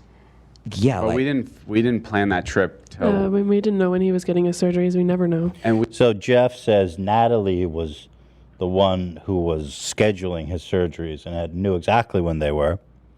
Yeah, his like exact quote was something along the lines of, "It's not like scheduling a haircut. Like, you have to schedule it months ahead of time." Which is right, especially totally. So, and then the other really interesting thing that Jeff says, and I recommend you guys go watch his response. It is interesting. It's just too redundant to watch both. He says that basically Jeff or David like tricked him into being in this vlog where he wanted everyone to come to his house to talk about the accident, and everyone went there to have like a serious conversation, and then David was like, anyway guys, I'm back, and he whips out the camera and just starts filming everyone, and they thought they were gonna be having a serious conversation, and he's like, guys, we're going to Hawaii, and Jeff was there. No. And then Jeff was like, well, I felt awkward because he's going to use the footage anyway, so I didn't want to be like, what the fuck? Yeah, because it made him look like they were all good. And Jeff's like, we weren't all good. He invited me over to have a serious conversation, and then he whipped out the camera, told everyone they're going to Hawaii on the day that Jeff's surgery was, so he couldn't even go. So he was in the intro of the video, and then he wasn't in the actual video. And he didn't even cut him or anything. If that's really how it went down, that is... That actually... that's next level fucking douchery. Oh my God. It is how it went down, because Jeff, they all confirmed that it was on the same day as surgery, and he wasn't there in Hawaii. He said that David mentioned that moving forward there'll be HR and everyone will review videos and whatnot. He says, which never happened, by the way. Oh, man. Yeah. That is really next level. He's like, hey, guys, I want to have a serious conversation. Whips out the camera. We're all going to Hawaii, except you, Jeff. Wow. Pretty good, right? Yeah, that's... Yeah. We didn't plan that trip till like everyone came. I surprised them with the trip. Right. And like on camera, I said it's in 3 days, like just to get a cool reaction. I don't even know if I included that, but it wasn't for like weeks after we went, because we were checking everyone's schedule, and then his surgery came up last minute. So that wasn't... Yeah, I think David's lying, because these surgeries don't come up last minute. He's right. You schedule these months in advance. And as the guy who's paying his fucking bill, he should know when his surgery is. He's a liar. He's lying. Listen, Jeff, you can't come on the trip. Your eyes. It doesn't look good on camera. I don't like to remind people. What a fucking liar, dude. Why don't you just stay home and take it easy? We'll have a good time in Hawaii without you. We'll send you a postcard. Oh. I hadn't seen this new composition here. This Hey, is nice. Listen, Jeff. Well done, Ian. We'll send you a nice postcard. People, they don't like to see the eye. It makes them uncomfortable. You gotta get one of these. Maybe get a shave, and the mullet not working for me. You know, we'll be swimming. You can't even get the eye wet. What's the point? Do I wish it didn't happen? Sure. Sure I do. Sure. What is that pronunciation? Sure. But I can't change what's what. So go home. I'll make sure you're good with the painkillers and all that. I got a guy. Just healed, okay? We'll have fun time. You take care. When people see the eye, it makes them a little uncomfortable. And our vlogs are all about having a good time. You see a guy with a busted eye? Not that fun. No fun. I'm just saying.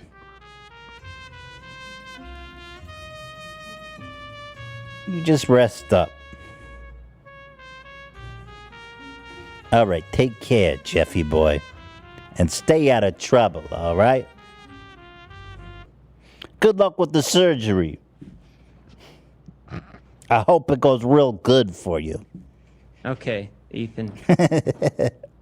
And the hospital bills, which is one of his gripes, and his credit is messed up, is what he told me. But you guys are saying that you have tried to pay the hospital bills, right? But his assistant hasn't reached back out. Well, let me get into that. Okay. I think it's a huge dispute. Jeff says he works with like a big time, top notch. His assistant is on them all the time. They say they never heard from his assistant. So there's a huge discrepancy here about what's going on.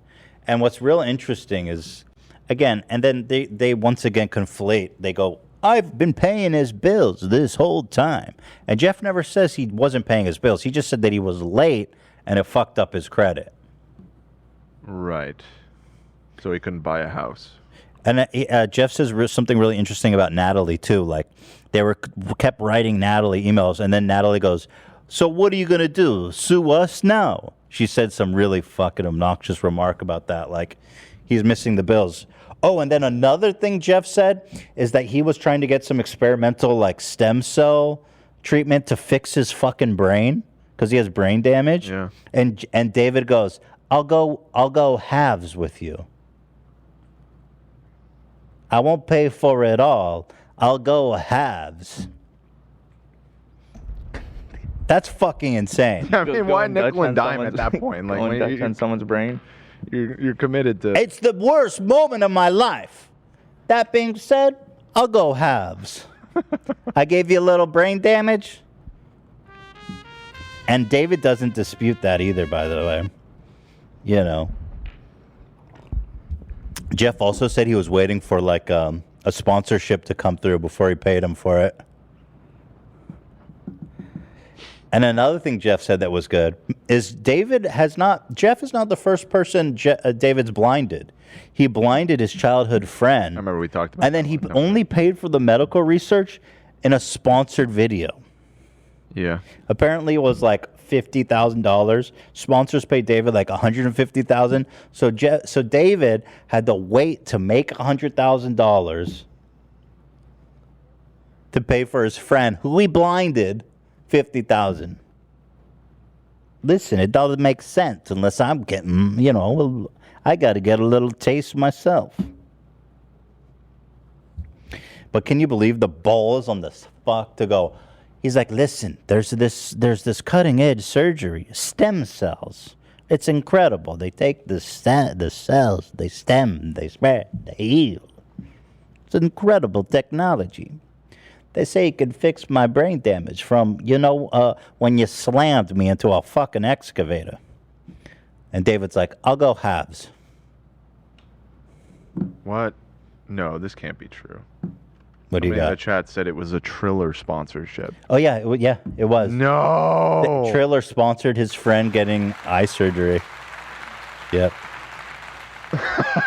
Oh, my God. Yeah. I'm seeing some people in the chat saying that medical bills don't go against your credit. That's the truth in most instances, but not always. Just to clarify. I used to work in the field. I know. I mean, the medical field's so fucked. They could be like, hey, your eye's falling out. It's elective. Well, you don't need it. If you don't pay it, it goes to collection. That's what happens. Yeah, I mean, why? I've had medical bills back when I was poor go to collection.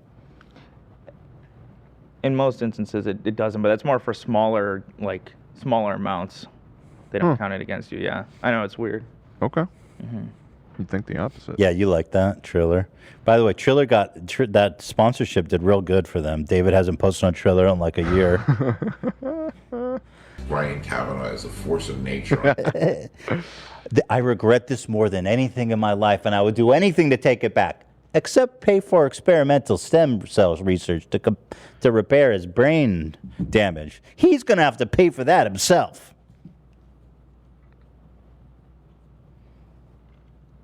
Yeah, I caused him brain damage. He's going to have to pay for that himself.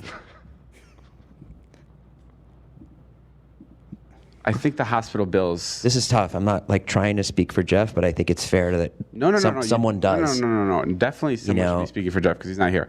But that stuff is tough because I think it goes along with what I'm about to say. So, well, let me get to the house. Should I talk about the hospital bills or should I go? I think we skipped a lot here. Yep. Okay, so go back. Okay, so let me go back. So then we started filming. There's a lot of things that I wish were more honest and transparent, and that was that it was Jeff wanted to keep the accident to ourselves for a while. I think he also just wasn't comfortable with the way that he looked. He didn't want to show people until he was ready. That's understandable. Right. And what bums me out is I see a lot of things. I don't know if he said it or where it was like put into the universe that like I kept this from people. Like, I mean, for multiple reasons, I wouldn't keep that from people. That's interesting because Casey Neistat, who's a very fair, non-dramatic person, literally says in the synopsis of his documentary that he's covering up the accident. Said that. Said he's covering Yeah, it says up. that in the synopsis. I mean, I'd have to see it to see if that just saying is an accurate description or not, but... Well, Jeff said, look, dude, I didn't want to talk about it immediately, but that was 2 years ago, and this is the first time you're talking about it. So. But one, it's because it's his fucking face. It's his life. Like, he's allowed to share it whenever. And two, that would just be extremely... By the way, I just can't get over the fact that he wouldn't pay for the stem cell brain. Like, if he really cared, if he really felt bad, if he's really happy that he's not in jail for manslaughter, he would have paid that without blinking. But he's like, I'll go half with you? I mean, what the fuck are you saying, dude? That is just proof that he doesn't give a fuck. Really stupid of me trying to hide something as brutal as that. Like, I would never, ever do that. And that never happened. We were following his lead. So when he wanted to make a doc, like, I was there. Like, I was like, whatever you need me to do, like, however I'm going to be in this, like, I'll be in it. And I think the doc is where things started to get a little strange, because I remember we were in Utah. We went to like 3 or 4 surgeries with him. I'm not sure, back to Utah. Hey, who wants some Taco Bell or some shit? What's happening back there? Trump is on the Nelk podcast. Trump's on Nelk? What? Yeah, dude. Dude, those fucking guys are the best, man. You gotta love it. What a meeting of minds. Hey, Trump, you want some Happy Dad seltzer? 69. Is it live or they just announced it? It premiered 2 hours ago. It's live. Holy shit. They call them dumps. Dude, what are they going to talk about? They're going to talk about like election fraud with the Nelk boys? Dude, that's No, what is it? Read the title, because the title is epic. Donald Trump on World War III talking to Putin and Joe Rogan. Full send podcast. How the fuck they get World Joe War Rogan in III, there? Putin and talking to Joe Rogan. Dude, that's crazy. I'm sorry, but Well, Of dumps. there's Friday's episode right there. That's true, man. That sounds We fun. have actually 2 good podcasts to review on Friday. I'm excited about. True. Fuck. Oh, the last Your Mom's Basement where Keemstar said that you stole the idea for Frenemy. Oh, what was his evidence for that? Ian took lead on that. You should let's save it. Save it. It's fucking gold. I He was says I dying stole listening to Frenemies this from him? morning. Is it serious or a joke? Oh, it's serious. Really? Oh yeah. Okay. There's some high level discussion about the Ukraine crisis on this podcast as well, between Phase Blanks and Keem. Wow. I wonder who has the better analysis, Trump and the Nelk Boys or Keemstar and Phase Banks? God, I so much to look forward to on Friday. Could hardly get through this. I'm so excited.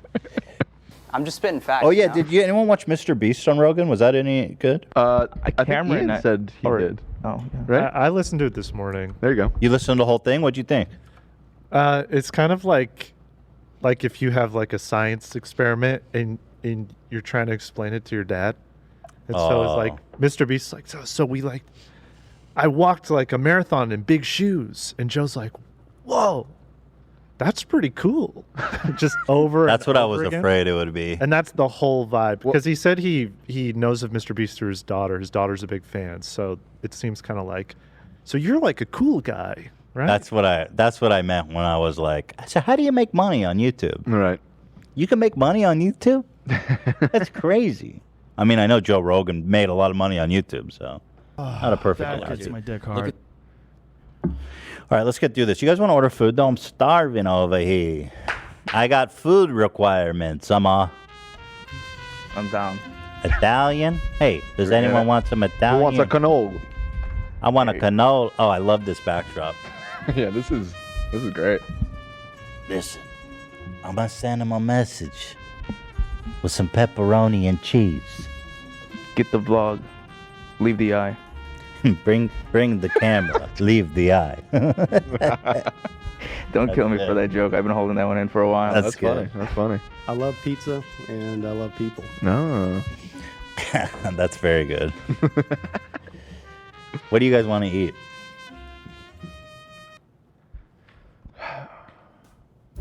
Taco Bell? Ooh.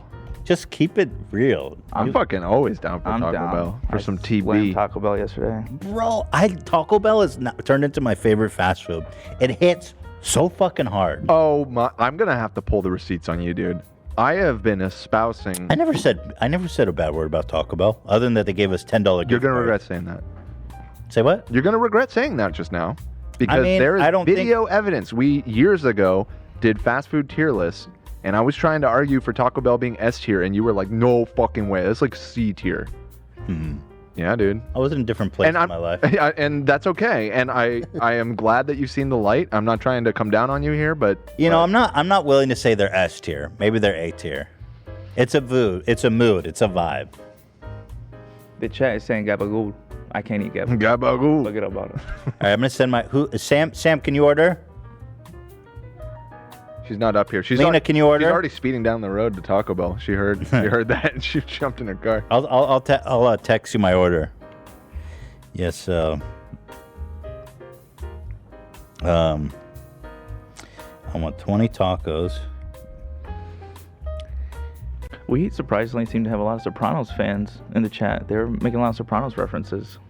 It's a great show. Why? It's like one of the most popular shows. I feel like a lot of people like around my age aren't familiar. I'm surprised Zach hasn't watched it. Zach loves like mob movies and stuff like that. If Zach finally watches it, it will become his favorite show of all time. I'm pretty sure. Here, I'll give you guys. And actually, will regret it because he will endlessly quote it. Yep. I'll give you guys my Pauly Walnuts impersonation. You ready? What's that drink? The Baja Blast. Baja Blast, baby. Let's get blasted. Here, Ian, switch to me. Blasted. Boosted. That's it. That was my impersonation. What you got? I missed it. Okay. That's it. Okay. I see it. Seriously, dude? No, I'm kidding. It's good. All right, let's make our way through this, guys. Get your orders and tell Love and Cam too, because they might want some. Okay. Get your orders in to Lena. All right, back on track. And one of them, we were filming the doc, and one of his guys that works with him went up to Taylor and was like, we really want to make David cry in this piece. We really want him to know what he's done. And there was more of what he said to Taylor, but that was kind of the thing that resonated with me the most. And that's where I started to feel like, oh, fuck, like, what's going on here? Like, someone's not being transparent with me here. Okay, this is real interesting. So when Jeff is filming his documentary about the accident, and David was in it, he's saying they wanted him to cry. And that scared him. He felt like he was being manipulated. Even if it's true, what the fuck is wrong with showing remorse? Because David doesn't want to accept responsibility. He said, felt like I was being pushed into a corner. What could he possibly being pushed into a corner? Being looked like he's responsible. What else? What other explanation is there for that? They were trying to make me show remorse, and I felt uneasy about that. Genuinely, what could he mean by that? To Taylor. Well, but that was kind of the thing that resonated with me he the probably most. did feel remorse, but maybe just doing it on cue, I could maybe see. David's the guy who fucking lives his whole career telling people what to do. Well, maybe he got a taste of his own medicine and realized how that doesn't really work. Jeff said that they were basically like, did the whole documentary, and he didn't show any remorse. He didn't show any sorry. Jeff was trying to make him look good as possible in the documentary for a redemption arc. And he's like, we were telling him to show some remorse so that he didn't come out looking like a psychopath. And so David turned it into, they were trying to make me show remorse. It made me very uncomfortable. Yeah. You're probably right. If I don't know. I'm a person that like I don't cry very often, even when I'm pretty emotional. And like if I were asked to do that on camera, I would feel awkward about it as well. So I can kind of sympathize with what he's saying there. But what you're saying about Jeff trying to do him a favor. Jeff said it was 3 hours of footage and he showed no emotion. 30 hours. But 30 hours. Yeah. So he was like, Jeff, and I believe Jeff, because this whole time he's been trying to cover for David. Yeah. He was like, I wanted to do a redemption arc for you. I wanted everyone to come out winning. So I just find it really fucking pathetic that he's trying to act like they were trying to get him. If you were crying and showing remorse, it would look good for you. They weren't trying to do anything that would make you look bad. Yeah. So again, putting it on Jeff. David does seem to struggle with normal human interaction. And I don't know if it's something inherent with him or if it's just the matter of him being super famous from, how old was he when he like hit it big on YouTube? Like 19, 20 years old? I don't think started so. even before then on Vine. Oh, just like as a teenager or whatever? And I think it is He was pretty young. He was still in high school. I don't think so. I mean, I think he probably either has like maybe some Asperger's or some sociopathy that doesn't allow him to feel empathy. Yeah, maybe. Probably the empathy thing, because he doesn't seem autistic, although sometimes it's very minor, you know what I mean? I think he honestly is a sociopath and doesn't understand empathy. Yeah, I mean, they say 1 in 100, right? Or That's is it a even lot. higher than that? It is a lot. It's whatever. I forget what the stat is, but it's like higher than you'd think. So. Yeah, I'm an empath, so I wouldn't know. Mm-hmm. Red flag. Red flag alert. I just feel things so strongly. I wouldn't know anything. If your bio says empath, I'm an empath guy. entrepreneur or philanthropist in your Instagram bio. I'm I'm into crypto. Yes, and hashtag. I have an NFT for a icon, and I'm an empath. And that's where I started to feel like, oh fuck, like what's going on here? Like, they wanted me to show emotion. What's going on here? So some kind of hit job. Someone's not being transparent with me here. Like, I almost feel like I'm being pushed into a corner. That made me feel really like uncomfortable. He and says scared. pushed into a corner. They says, we want you to show remorse. You're pushing me into a corner. What does he mean? No one puts David Showing, in the corner. accepting responsibility. That's it. Yeah, somebody said, and I think this is probably true, David's lawyers are telling him not to admit fault for potential lawsuit reasons. I've made that point in the past when we were talking about this. I think that there may be a lot of truth to that. But in that case, it's like, why even make this podcast at all? Was the public pressure just so much that he had to make a statement? I think I think the real reason he never talked about it because his attorneys were like, "Don't fucking talk about this." Right? Yeah. No, I think that's a. He's lying. He's lying. That's a fair point. His reasons, his rationale, it's all just. He's lying. It's all self-preservation with David, 100%. And but yeah, I mean, at this point, he's fucked. Like, if Jeff wants to sue him, I feel like it's an easy dub. And from what I understand, based on, and Jeff told me he's going to sue him, so that's good. At the very end of his video, he says it. He says, we'll let the courts decide. He goes, I'm not going to beat your ass. I don't do that no more. He's a changed man. I'm an adult. He actually said that. I don't do that no more. He goes, I don't beat up people no more. I'm going to sue you. He called off the hit. Isn't that an old Shoe Nice sound drop that we used to play all the time? Jimmy Lee. Oh, it's Jimmy. I don't crew no more. Yeah, I don't crew no more. I'm a dentist. Let's see. I actually put him in touch with some good attorneys, Jeff.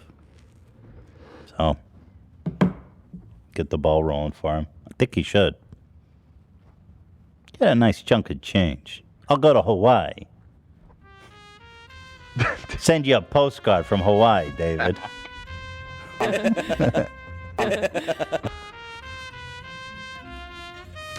Dave with an I in it. Hey, David, here's a FedEx. It's a postcard from Hawaii with a fish eye, with a rat eye. It's a Sicilian message. All right, come on. We're only halfway through, for Christ's sake. Scared. And Hey, why? What's wrong with what is wrong with you crying in the dock? Even Natalie, who's like the old, like I say, Ghislaine Maxwell up in this bitch, Lady Macbeth. Even her, she's like, "What's wrong with crying?" Well, so what does he say? Well, because it's just like a weird thing to say. It's just weird. I felt like it was like.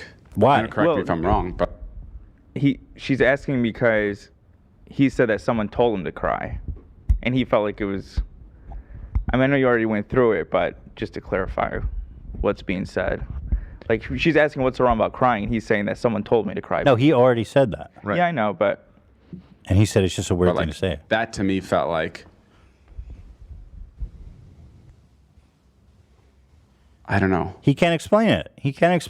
It's just it's psychotic. Like, it just didn't feel. It just felt weird. Yeah, and also I think you know. But why even bring it up? Like, he obviously can't unpack it in an articulate way. He asked me to cry. You see, he's a phony. The doc came after a bunch of other bad shit that happened. Right, and I think it came at the wrong time, and then a lot of other bad shit, which we won't talk about. And it's tough with like.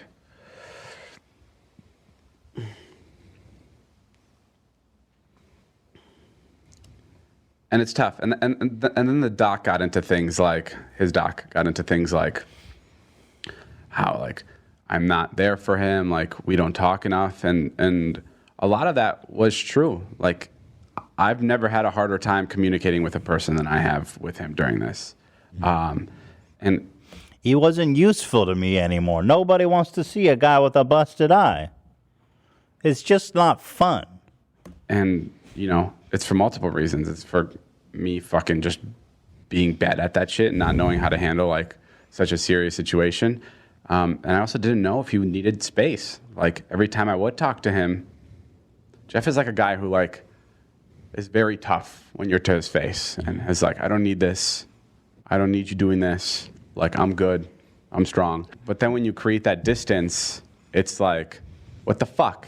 Yeah. He's not fucking not talking to me. And then like when my other friends would go talk to him, he'd tell him, he's like, if I ever see David, I'm gonna fucking beat his ass. Right. So it's like, and that happened multiple times from multiple different friends where he would like complain about. So like, I wouldn't know like, do you want to see me more? That I believe. Yeah. Yeah, he said the same thing to me. Exactly. So you can beat my ass. Like, I don't know. I don't know. I don't know how to go about that. I don't know. I know you think that he's a sociopath, and maybe because there are a lot of signs there, but I think it's also possible, like I said, it's just like this guy that grew up on social media. He's been in the spotlight since he was 16. I think emotionally he's extremely immature because he doesn't have real relationships in his life. And maybe that is a byproduct of being, you know, sociopathic or something like that. But when your entire existence is this view chasing and clout chasing, and everything's being recorded and everything's being done, and all of your interactions are fake and stilted like this, and then something like this really real happens, and it happens to somebody that you're friends with, who's somebody like Jeff, who like David just said, is kind of unhinged at times, like threatening to kick his ass if he talks to him and stuff. I think I kind of believe him when he just says, I had no fucking idea how to handle this situation. I think there is some truth, but I also think he's conflating a 2-year period. Jeff wasn't openly hostile to him until somewhat recently, the past 6 months. Right. So I do think it's totally valid that, you know, the truth is somewhere in the middle, where it's like, there's probably months would go by where Jeff was just, you know, sitting at home fucking suffering. Right. And David didn't reach out. Right. And he's getting more bitter, and then and David probably has in the back of his head like, oh, maybe I should see if Jeff's okay, but just I'll do it later, and puts it off for months until all of a sudden he's got Jeff in his DMs threatening to beat his ass. You know what I mean? And like, I don't know. It's just, we've seen enough of Jeff to know that he can be very volatile. We understand that firsthand now. And so, for sure, yeah. And I everything I said before still stands. I do think that David is being slippery, trying to escape responsibility for all of this and shift blame and everything. But I can kind of understand why a dude like him handled this so badly, because I just don't think, I think that he's got the emotional development of a teenager still in his mid-20s because of just the life that he's led for himself. It's like illicit vlogitis. Vlogitis, exactly. I mean, we've seen it on Vlogitis. Vlogitis. It's like this disease that people that entire existence is on social media, and I think you managed to escape it, Ethan, because you started your career on YouTube as an old guy for YouTube. I mean, you were. Dan, are you an empath? Hell no. You sure? Hell no. I used to be. You might be an empath. Now I'm I dropped that shit, baby. Well, regardless of if he's a sociopath or emotionally stunted or whatever, yeah, like okay, Jeff can't be easy to maintain a friendship for that with, especially when it's complicated. Especially when he's fucking brain damaged. Like, I don't know how to gently say that, but yeah, he might. It might. If he already was inclined to be like this impulsive dude, I mean, you see it all the time with what's the condition football players get that make. I think it's CET something like that. Or whatever. Yeah. I mean that should. Yeah, yeah, you're right. I mean, on this one, it's hard to know, for sure. I'm with you. In a way where it's not hurting him more seeing me, because that accident is so bad where like I would understand if he wouldn't want to see me because I'm associated with such a shit fucking time. By the way, this is a good moment, one of my favorite moments. He described almost killing him as a shit fucking time. Just stood out to me. More seeing me, because that Dead accident ass, is so it was bad such where, a shit time, I would bro. understand if he wouldn't want to see me because I'm associated with such a shit fucking time. Just a shit fucking time, man. Just putting it lightly. Yeah, it was definitely a doozy for sure. It was a doozy. Honestly, it was a doozy, and I would understand. That was a big old oopsie. Whoop. Bing bong.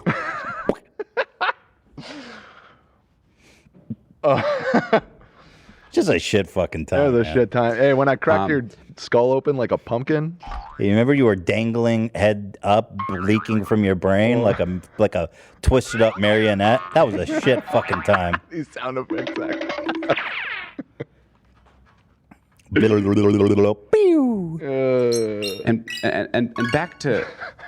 And back to the secret that he wanted me to keep. I was all. Should we call people are wondering if we should change Dan the hater to Dan the empath? Please don't do that. That's Fuck funny. That. Not a fucking empath. It's not as catchy. It's kind of funny though. Force him to be all I don't want that title. That title's cursed hater. at this point. What? He's a mix. Yeah, you're an empathetic hater because you're not an empath for Jeff. You hate Jeff. You hate Jeff. I don't know if I hate him, but he does. This whole saga with him has not endeared him to me. No. No. Well, I agree. Dan. I honestly, I just really feel bad for him ultimately, despite everything, because his injury is fucking horrible, and he very well may have brain damage that's making him act in a way that's more unhinged, and like just dealing with this fucking piece of shit. I just feel horrible for it. It's just a tough on situation. deck for that. But I feel like I can take, 80% of the responsibility, 90%, 100% of the responsibility. I can take 80% of the responsibility. Where else does that go to? I love how he goes 80, 90, 100. Where else does the responsibility go to? So he is literally blaming Jeff. He says, Jeff could take 20%. For what? Why is Jeff taking 20%? Yeah. What did he do that makes it his fault? Just the fact that he agreed to do it? He showed me a video that I only saw after the accident. It's 20% his fault. I mean, that part. Yeah, I don't know. I don't know what you could possibly put on him, really. I was all hands on deck for that, but I feel like. Yeah, he started at 80 because he's literally saying, I don't take 100%. I mean, I think he wanted to start even lower. I think what he wanted to say is, I'll take 50%. That's why he says, hey, I'll go 50% on fixing that brain of yours. I don't know. He really doesn't think it's his fault entirely. I can take, 80% of the responsibility, 90%, 100% of the responsibility for the act. Why start at 80? Whatever he needs me to do. But that, then when it gets to the point where it started to feel like I was taking 150% of the responsibility. That doesn't make sense, bro. You can only take 100%. I think by 150%, he means 100%. And he really feels like he's 50%. I draw the line at 150%. Now, theoretically, that's impossible. There's only 100% responsibility to go around. I was taking too much responsibility. I started to see things like David fucking forced his friend up there, like all this kind of stuff, like that was just fucking insane. And it like felt like people thought I like literally sent him up there just so he can fucking swing off this thing. Right. Like that was not the case. And like the more and more that happened, the more I was. That's just gossip. I mean, you're just bitching about nothing important. 80% of the responsibility and 50% of the cost, B said. Very good point. You're talking about gossip. Like, this shit doesn't matter, bro. You're not taking 100%. It was like, what is going on? Like, this is not what happened. It was because you guys covered it up. Like, what is going on? Why are people coming up with all these crazy theories? Right, that's true. You covered it up. Yeah, and Trisha had like the intel and shit, and apparently someone posted, one of the girls there was like a bystander there who filmed it, put it online, and they covered it up so successfully that people like started to think it was a myth and it never happened. Remember, people were saying that Trisha was making the whole thing up, which is crazy to think about now. Trisha had the intel on that one. Yeah. No, there were straight up people saying that the whole thing was bullshit. She was making it up out of spite. Yeah, just because she. It's crazy. Yeah. Wow. Yeah. Yeah, this is stupid. Like, he's being like, people were lying about me. It's like, well, of course, dumbass. Who gives a fuck about gossip? You almost killed him. Shut the fuck up. You're not the victim, bitch. You did that. We made, and it was a complete accident. And I'm so fucking sorry. Again, he keeps emphasizing it was a total accident. Again, accident of negligence, bro. It happened, but it did, and there's no going back from that. Like, there's nothing we can do. And yeah, I wish it was more like that. And then when it started to be like more 150% on me, I started to get, I don't know, I guess like it just freaked me out more. I was just like, I don't know what's going on. I don't know. And then in terms, and then people really started blaming me, and that scared the shit out of me. 150%. What are you saying, idiot? Of his like medical payments, so far we've paid. I think I just had a counting check, and it was like $78,000 of surgery, and I don't know what that's that actually equates lower to. than I would have expected. That's nothing, especially for David, who is fabulously rich. That's way lower. Really? 78 grand? Nothing. He's had like 8 surgeries. Yeah.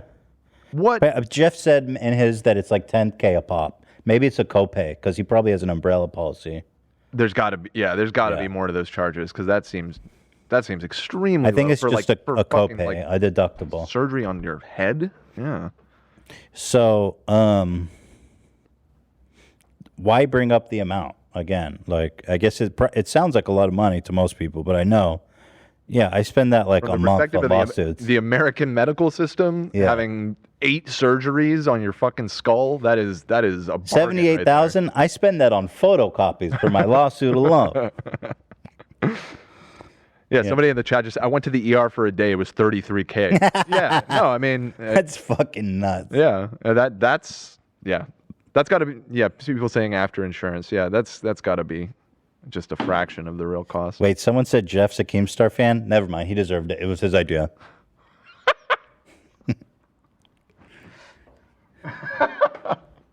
Take it all back. Best friendship end. Delete this episode. Yeah. End the stream. Wait, hold on. Let me text my lawyer. Never mind. Drop him. I don't know what that is, but yeah, why bring up the amount? Like, he's like, listen, I spent so much money to help him. Except for that stem cell. Then we'll go halves. The fact that he's going around saying I don't pay for surgeries, like that fucking hurts. Like I want to. Nobody help him. said he didn't pay for it. I truly do. Yeah. And like he so still they were has late, my right. He said he was late once, and then that fucked his credit. Yeah, right. He never said he didn't pay for it. Word. Like I told him that I paid for his surgeries. He can still. And the reason we haven't been. It's important to break that down because David is conflating an actual mistake he made, which is being late on a payment, with something he's never been accused of, which is not paying his bills. So it's like it's a straw man. He's addressing an argument that was never made that makes Jeff look like a liar, which he never said. In paying for a surgery. I don't know if it's his assistant's fault or Jeff just told him to back off from us, but like I don't handle that stuff more. I just give approval to spend that, whatever. Right. But like Natalie has asked multiple times, like loop us into all these surgeries, and we're just not getting looped into anything. Yeah, this is real interesting because Jeff says the total opposite, that he's been super persistent on them all the time, and they're not responsive, and they're late. And all That sounds like somebody's assistant is covering their ass. And I'm more inclined to believe Jeff on this because, I mean, I can see things falling through the cracks on David's team, and I don't see why Jeff wouldn't is want the to. person handling this Natalie? Because then that becomes very believable because she seems not. It is Natalie, and Jeff even like I mentioned earlier, Natalie was kind of saying like rude comments in email, like, "Oh, what are you going to do? Sue us?" Shit like that. Well, that'll get figured out real quick if he sues him. You know what I mean? Dude, I really want You this go to lawsuit to discovery happen. and the truth about that little detail will come out. So. Oh yeah. Yeah. And then we're blindsided when he goes to another surgery, and then he'll like come out and be like his most recent surgery. I didn't know that he had a surgery until he unfollowed me on Instagram, and that's because it's a two-way street. We can be like, when's your next surgery? But also, no one's looping us into what we need to be paying for. And to this day, like I'm still keeping my word. Like I want him to send me whatever he needs me to pay for. Like I will pay for it. But it's just not fair to say that we haven't been paying for it because we I've paid literally every single bill that has ever been sent. every bill. You didn't say they did it. On time? Yeah, exactly. On time question because they never said you didn't pay it. Again. Yeah.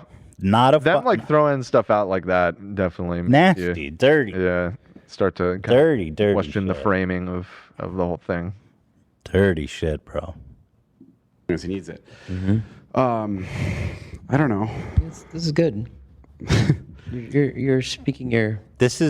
Jason is so fucking out of touch. This moment is just shocking. Your mind and speaking your truth and your side of it, and it's good. But at the end of the day, Speaking your truth. Oh, I thought this is where he goes. I think Jeff is going to really like this. This is my favorite. Yeah. Why is everybody gone? Oh, just AB. We're all here. Okay. We're holding it down. Hi, Zach. Sorry. None of this matters. Like nothing I say, nothing he says, nothing we say together will ever fix what happened. Like that's the end of the fact. And like, and that's what sucks is like, it just can't be changed. And it's a fucking really shitty accident. And it was a shitty fucking time, bro. It's just a thing that I don't know. I wish we could both figure out how to approach. He really should have just thought about what he was going to say a little more before recording this. I mean, so many of these just ends with, I don't know. Well, I think I agree. And I think he was he's been talking about this for a long time and circle jerking about it with everyone who believes Jeff's the bad guy and David's the good guy. That when he's on camera, he's got to think of a way to phrase it that doesn't make him sound like a total lunatic. Yeah. Yo, there's like a massive block party. What is going on? Yo, can you just tell that whole block to turn it down, maybe? Oh, shit. Someone's going nuts. Party time. I doubt you guys can hear it, though. It's all good. Moving forward, like... Somebody asked, did Ikea deport Love back to Sweden? No. I don't know what I'm saying. No. He's okay. I honestly think he'll see this and... This is... Dude, Jason, you're so far gone, bro. Figure out how to approach moving forward. Like, I don't know. Actually, I don't know what I'm saying. I honestly think he'll see this and, really appreciate this. You think? I think he will be. David's what part of this is Jeff going to appreciate, Jason? How far up David's ass are you really? What? Even David's like, no. Well, David and Natalie are both like, what? Because I do. She's like, are you serious? I do. And Jeff, if you're watching, I think that you will appreciate this. I know he'll appreciate this because he, I think he just feels unheard, and he feels like he was swiped under the rug. He feels unheard. Therefore, we need David to talk about it for an hour, saying it was Jeff's fault. He's gonna love this. Crazy take by Jason there. And stuff like that, and just you talking about it for the first time pays a lot of credence to what happened, and it'll probably really help with some healing. How? Not to What say are you talking about? maybe there's some- It's funny. Right after this drop, Jeff was like, "That's it. I'm suing him. I made up my mind. Can you introduce me to some lawyers?" I think it really helped. Actually, what I think will really help is Jeff suing him and getting closure through that, so that you can actually have a ruling that says this is your fucking fault. You are liable. some things that we said that pissed him off too, but I think it's really good. Right. You know, and it's a start. Were you It's a listening, start. And Jason? you know, and I don't really care what the comments say. I don't really care what anyone has to say. This is all between us. And 400,000 people watching. What are you saying, bro? You're fucking not making sense. I don't care what anyone says. This is a private conversation that we posted on our podcast with 2 million subscribers. Just saying. Hey, were you listening? Hey, don't watch this video. This is a private conversation. Hey, you guys. Hey, this is private. Turn it off. Mute this. Can't believe you guys are watching this private moment. And we're doing this so we all can heal and move on, and ultimately hope things get better for Jeff too. Yeah. You know, and this is our way of doing it. You know.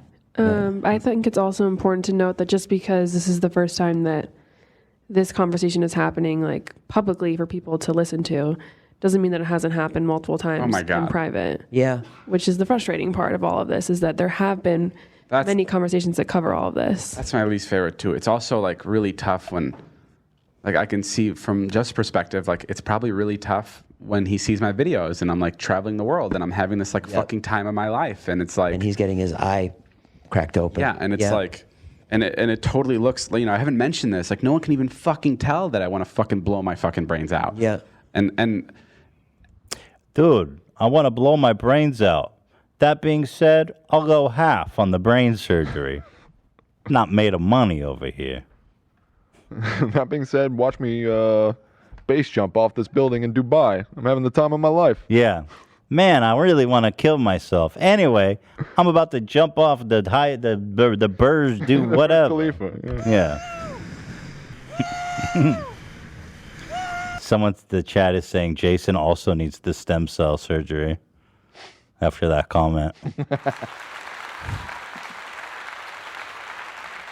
and that's part of the reason I want to do this, is like, this weighs on me.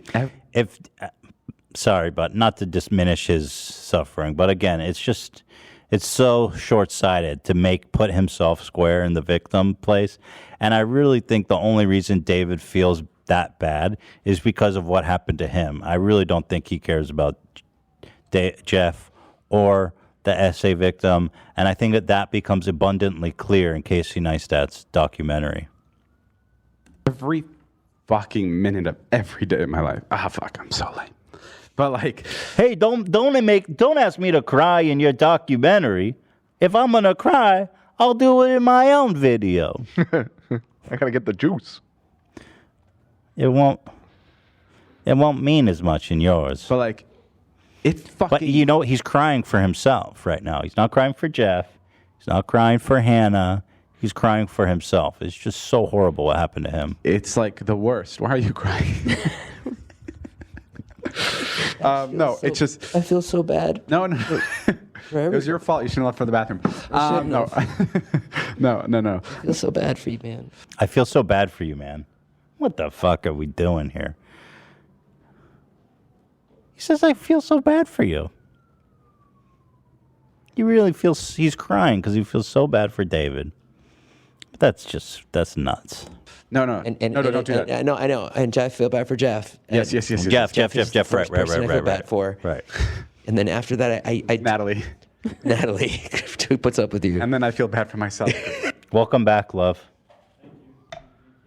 Not great. Not a great one, eh? It was a big. Love is back.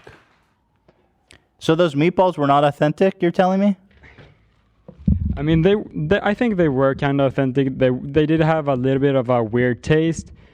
That being said, I did get some Swedish candy though. So Okay, that's good. Bring it here. Oh yeah. Why wait? I bought Dan your is saying favorite, no. especially. Dan is saying no. Don't bring him the candy. Not even one. Not even one. Just one. Just one. I can throw it to you. I mean, if you catch it, you. Okay, bring it here. Literally going over Dan's Did I head. throw it? Literally.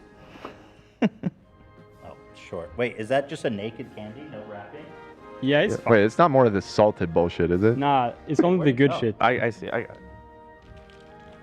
I'm sorry about this. They sell Swedish candy at Ikea? Yeah, I was surprised. I didn't know that. I got a whole little. It's basically the can I get a Swedish new one? 'Cause that one embassy. was- IKEA. Oh my god, Ethan. How was I supposed to catch it? It wasn't a good throw. It was way short. I'm sorry to the fans for giving him the candy. Don't. Dude, it was way short. Just I give feel me bad one. for I'll giving just you take candy one now. and I'll cut it off. Swallow it whole. It's a massive bag. Swallow it whole, Ethan. Mute his mic. Blew it. All right. Well, sorry about that IKEA failure. We tried. Anyways, you know. I think we still. I mean, I kind of enjoyed the whole debacle of Yeah, immediately good. getting Okay, I'm happy you stopped guys by enjoyed security. that. Yeah, it was good. Yeah, no, I mean, we were still laughing. I'm mad. It wasn't Oh. a total And I flop. got this. And I got this IKEA drip. So. How many times did I tell you guys to put the outfit on inside? You know, How many times did I say that? So mad at you. Outfit that Sam worked on, that was really cool in its own. So Wait, we have more Sam behind killed the scenes, it. So Amazing. I disagree. I think it was important to do the shot you guys did. Okay. That's Cool. what killed it, though. The establishing shot was important. Yeah. Mostly, I just feel bad for David. For David? He's the victim. Oh, he's the real victim in all this. I still love you, though, love. We did buy like furniture, but I don't know. You bought something? What'd you get? What the fuck did you buy? No, we were supposed to build the building segment. Right. buy? That was I one wasn't of the sure if things. we were still gonna do it, so I just bought like a shelf. How much was it? Was it a nice $70 shelf? bucks. Can you return it? Yeah, we can. I'm kidding. Wait, No, what- $70 Swedish. Swedish dollar. Swedish kroner. So what is that? No, let's do it on on Friday. You can get to work on that. We'll time. Okay. We'll have a little. We can get you in the IKEA outfit and time you assembly. That sounds good. Okay, sure. Make the best of it. That's great. Yeah, I just feel bad for David through everything. Honestly, he's just been through so much. Yeah. He lost sponsors. I mean, what compelled him to make this? Because Casey's documentary is Right. coming Okay. out. Okay. That's fair. Right. Trying Jeff's to been get trying to talking get out shit. ahead of that narrative. Yeah. But it's just not good. Like it just should. They're all in such a bubble. I mean, it worked for. I guess it worked on the people that watched it, I think but that his at large, fans it's are not. just, they're gonna eat it up regardless. I think they'll come to regret this. Yeah, I agree. You got me that dog I can't take care of. No, but I can't keep up with him, man. no, this fucking blows. It fucking blows. It's such a bad shit situation, and we've tried. We've had this conversation like has happened with Jeff face to face a good number of times. I remember when he was making the doc, we went for a car ride around, and like. He was like, hey, I know you've apologized to me in person, but like I want you to do it on camera so people can see. And I was like, okay. So we rode around for 45 minutes and, you know, tears were shed and there was a lot of conversating and he was really fair to me in the car and we were really fair with each other. Like it was very amicable and like it was very sweet. And we got back to the house and we didn't hit record on the camera. Really? So it was, I'm not kidding. It was beautiful. He said he forgives me. He hugged me. He kissed me. He told me he loved me. It's not my fault whatsoever. He looked at the doesn't hold camera it and against said, me. I, Jeff Wittek, will never sue or hold responsible David Dobrik, my best friend who I love so well. It was my idea. and I take 50% of the blame. And we didn't hit record. Oops. Crap. It was like 45 minutes an hour, not hit record. Where was Oscar? And then, there it and then is. we did it again. We were like, let's go again. So we went for the same car ride down the same streets, talked about the same shit in the same way. And like, that never made it in to his video. Maybe it was on his Patreon. I don't know where it was, but like that kind of bummed me out. It's like we're having all these conversations and like, what is it for? Like, do you need to hear this from me or? It bummed me out that he didn't put that in. Like, what was he trying to do? Have a real conversation with me under the guy? Like, was he trying to trick me into actually? Sounds like Jeff wanted to record it and even went and re-recorded it when it. But I love the insinuation is like I got manipulated into actually spending time with this guy. What was it for? There's that aspect. What was it for?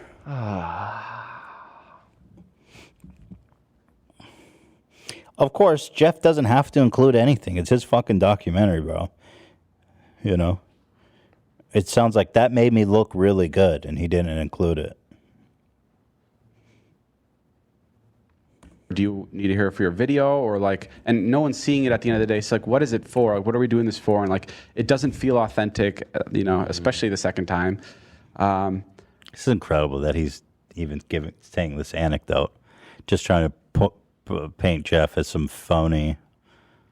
So yeah, I don't know. That's strange. I also, this is just like a really stupid like little thing, but like the roast. Yeah. Jeff said somewhere that I was cutting out jokes about myself in the roast, which is so not true. He only said one joke about me, and it was just about, I didn't even know he said a joke about me until I asked Jason. I was like, did you cut anything out about me? And the joke was, David has a new show on Discovery called Discovering David Dobrik, and the only thing they're discovering there is that David's gay. Which is like good joke. I mean, yeah. I mean, it's a joke we make quite often. It's a joke. Yeah, it's a joke we make. I'm not too sure about myself, but no, but yeah, but we didn't try to cut that. I would never, and that's what bummed me out. It made it seem like I'm controlling some edit here and like taking out stuff about me. I definitely did not touch that fucking roast. No, not at all. You didn't touch it. I promise you, I didn't. I think later, for Jeff, it became more like he just. Okay, whatever. It's getting boring now. And but if you guys want, go over to Jeff FM and watch his response because it's good.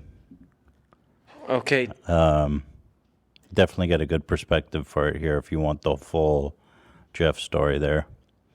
But yeah, apparently Jeff's gonna sue him. So that actually could yield some really interesting evidence, depositions. There'll be a ruling. I mean, it's going to be really interesting. Gabish. Honestly, that's the most interesting thing that came out of today. Let's be honest here. Dude, that's nuts. How long have we been going? Because we have Mom's Basement. Oh, we're going for a long time. Really? 2 hours and 41 minutes. Wow, having too much fun. Oh, you want me to watch this specific part here? Jeff at which highlight the one you want me to watch? From Jeff's video. Okay, at 3351. 3351 of Jeff's. Goes. He told me that. 33. Here we go.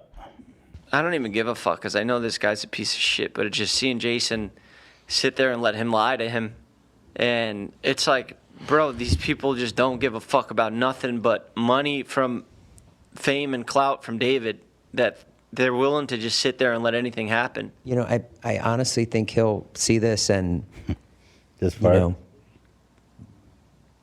Really appreciate this. Bro, that's not even the real Jason. That's him. I think he will because I do. Is this what you wanted me to see? Yeah. I do. And Jeff, if you're watching, and Natalie's sick fake laugh. You just ain't Joking over it. Maxwell. You fucking gotta be kidding me. they're sitting there laughing like it's all a fucking Look at her goof. face. I Look at think her you will face. because I do. And then it I do. And drops. Jeff, if you're watching, I Weirdest think that take of the whole you will thing. appreciate this. I know he'll appreciate this because he. I think he just feels unheard. I think it's also important to Does know. he comment on that? I mean, I like what he said. It's not the real Jason. I don't know. Just He was replaced by a lizardoid. What, AB? I think he does. Maybe a little bit before this. Let's go watch Jeff's. Yeah, watch. Okay. Thank you. All right. Well. Oh, by the way, we're speaking of that one caller who was like, Jordan Peterson is not a homophobe and he doesn't support conversion therapy. You're just like Tucker Carlson. I'm going to save it for Friday. But that man is a straight up conversion therapy supporting homophobe. He is. He is. He really is. Turns out I was more right than I thought, than I knew. So. Oh, boy. Yeah, we got all kinds of things tomorrow. So let's just call it a day. We got Taco Bell on the way. Our troubles are over. That is a glorious thing. David's, however, are just beginning, and I feel so bad for him. My heart goes out to David. You're the empath here. Yeah, I just feel so bad for David. I'm going to cry for him. Oh, God. David. Damn, we have so much good stuff. Yeah, tomorrow's or Friday's going to be a Damn. good episode. Seems like every time we're like not sure what to talk about. These creators at like midnight are like, you know what? We're gonna keep your ass up. Jeff said We got something some funny to me. He's like, I heard David's putting out a podcast, and if he does, and he says, he's putting out a podcast blaming me, and if he does, I'm going to put out a podcast responding it. So you should have a good day tomorrow on your. You'll have an easy podcast. You ain't wrong on that one. I said, amen, brother. Thank you, Jeff. Thank you. All right, that's it for today, guys. Have a good week. We'll see you on Friday with another. Make show. sure you hit that subscribe button, people. Subscribe. They're Like dropping and again. subscribe. Did you see that? You know why? Because we didn't say it. This That's is the second why, yeah. episode. We've been We didn't- slacking. Dude. We got to say it in the beginning. It's not working. It's working. We need to say it, or we need to up it. I'm kind of into We the only idea 200 above 3 million. Smash Really? that like button. People are leaving. We can't I'm kind of give into specific the. numbers. I'm kind of into this whole back and forth. Like I think it's kind of cool if we just constantly are re-hitting. No, 3 million. it's not good. No, it's good because then we can keep. Why is that good? Because we can keep celebrating. Smash that like button. It's not a Smash celebration. That like button. It's I horrible. see so many comments are like, I've been watching for years and I haven't subscribed. Yeah, well, where are they? I say it every episode now, and we're only 216 above 3 million. Imagine where we'd be if we didn't say it. We'd be like at true. 2 million. Yeah, well, maybe I won't have to fucking think about what a failure I am every day. I don't even have to You guys think didn't about it, fucking dude. bring up this stupid ass campaign to beg people for subs. For now, I feel pathetic, and I'm still going to drop below 3 million. We're just an ideas team out here, you know? Who cares about the subs? The views are good. I The didn't. views I didn't matter. until these guys started care. making it a thing. I care. I care. Yeah. Well, Me and Love care. We talk about it every And night, actually. everyone that's been screenshotting the like button, I've been liking those tweets. Mhm. I He's spent been going to like work. 20 It's minutes not your doing fault. that this morning. On work time, by the way. It's not your fault. Don't you do this to me, Zach. It is your fault. I'm not. I'm Robin Williams in Good Will Hunting. If I was, it is your fault, Will. It's not your fault. And people have been liking the calls too. I've been seeing The calls, yeah, the they've been calls liking been the fun. haters. Yeah, I agree. Oh, I find it entertaining. I love it, especially when it ends wholesome. You want to add something, Dan? You said, oh. Oh, whatever. Who cares?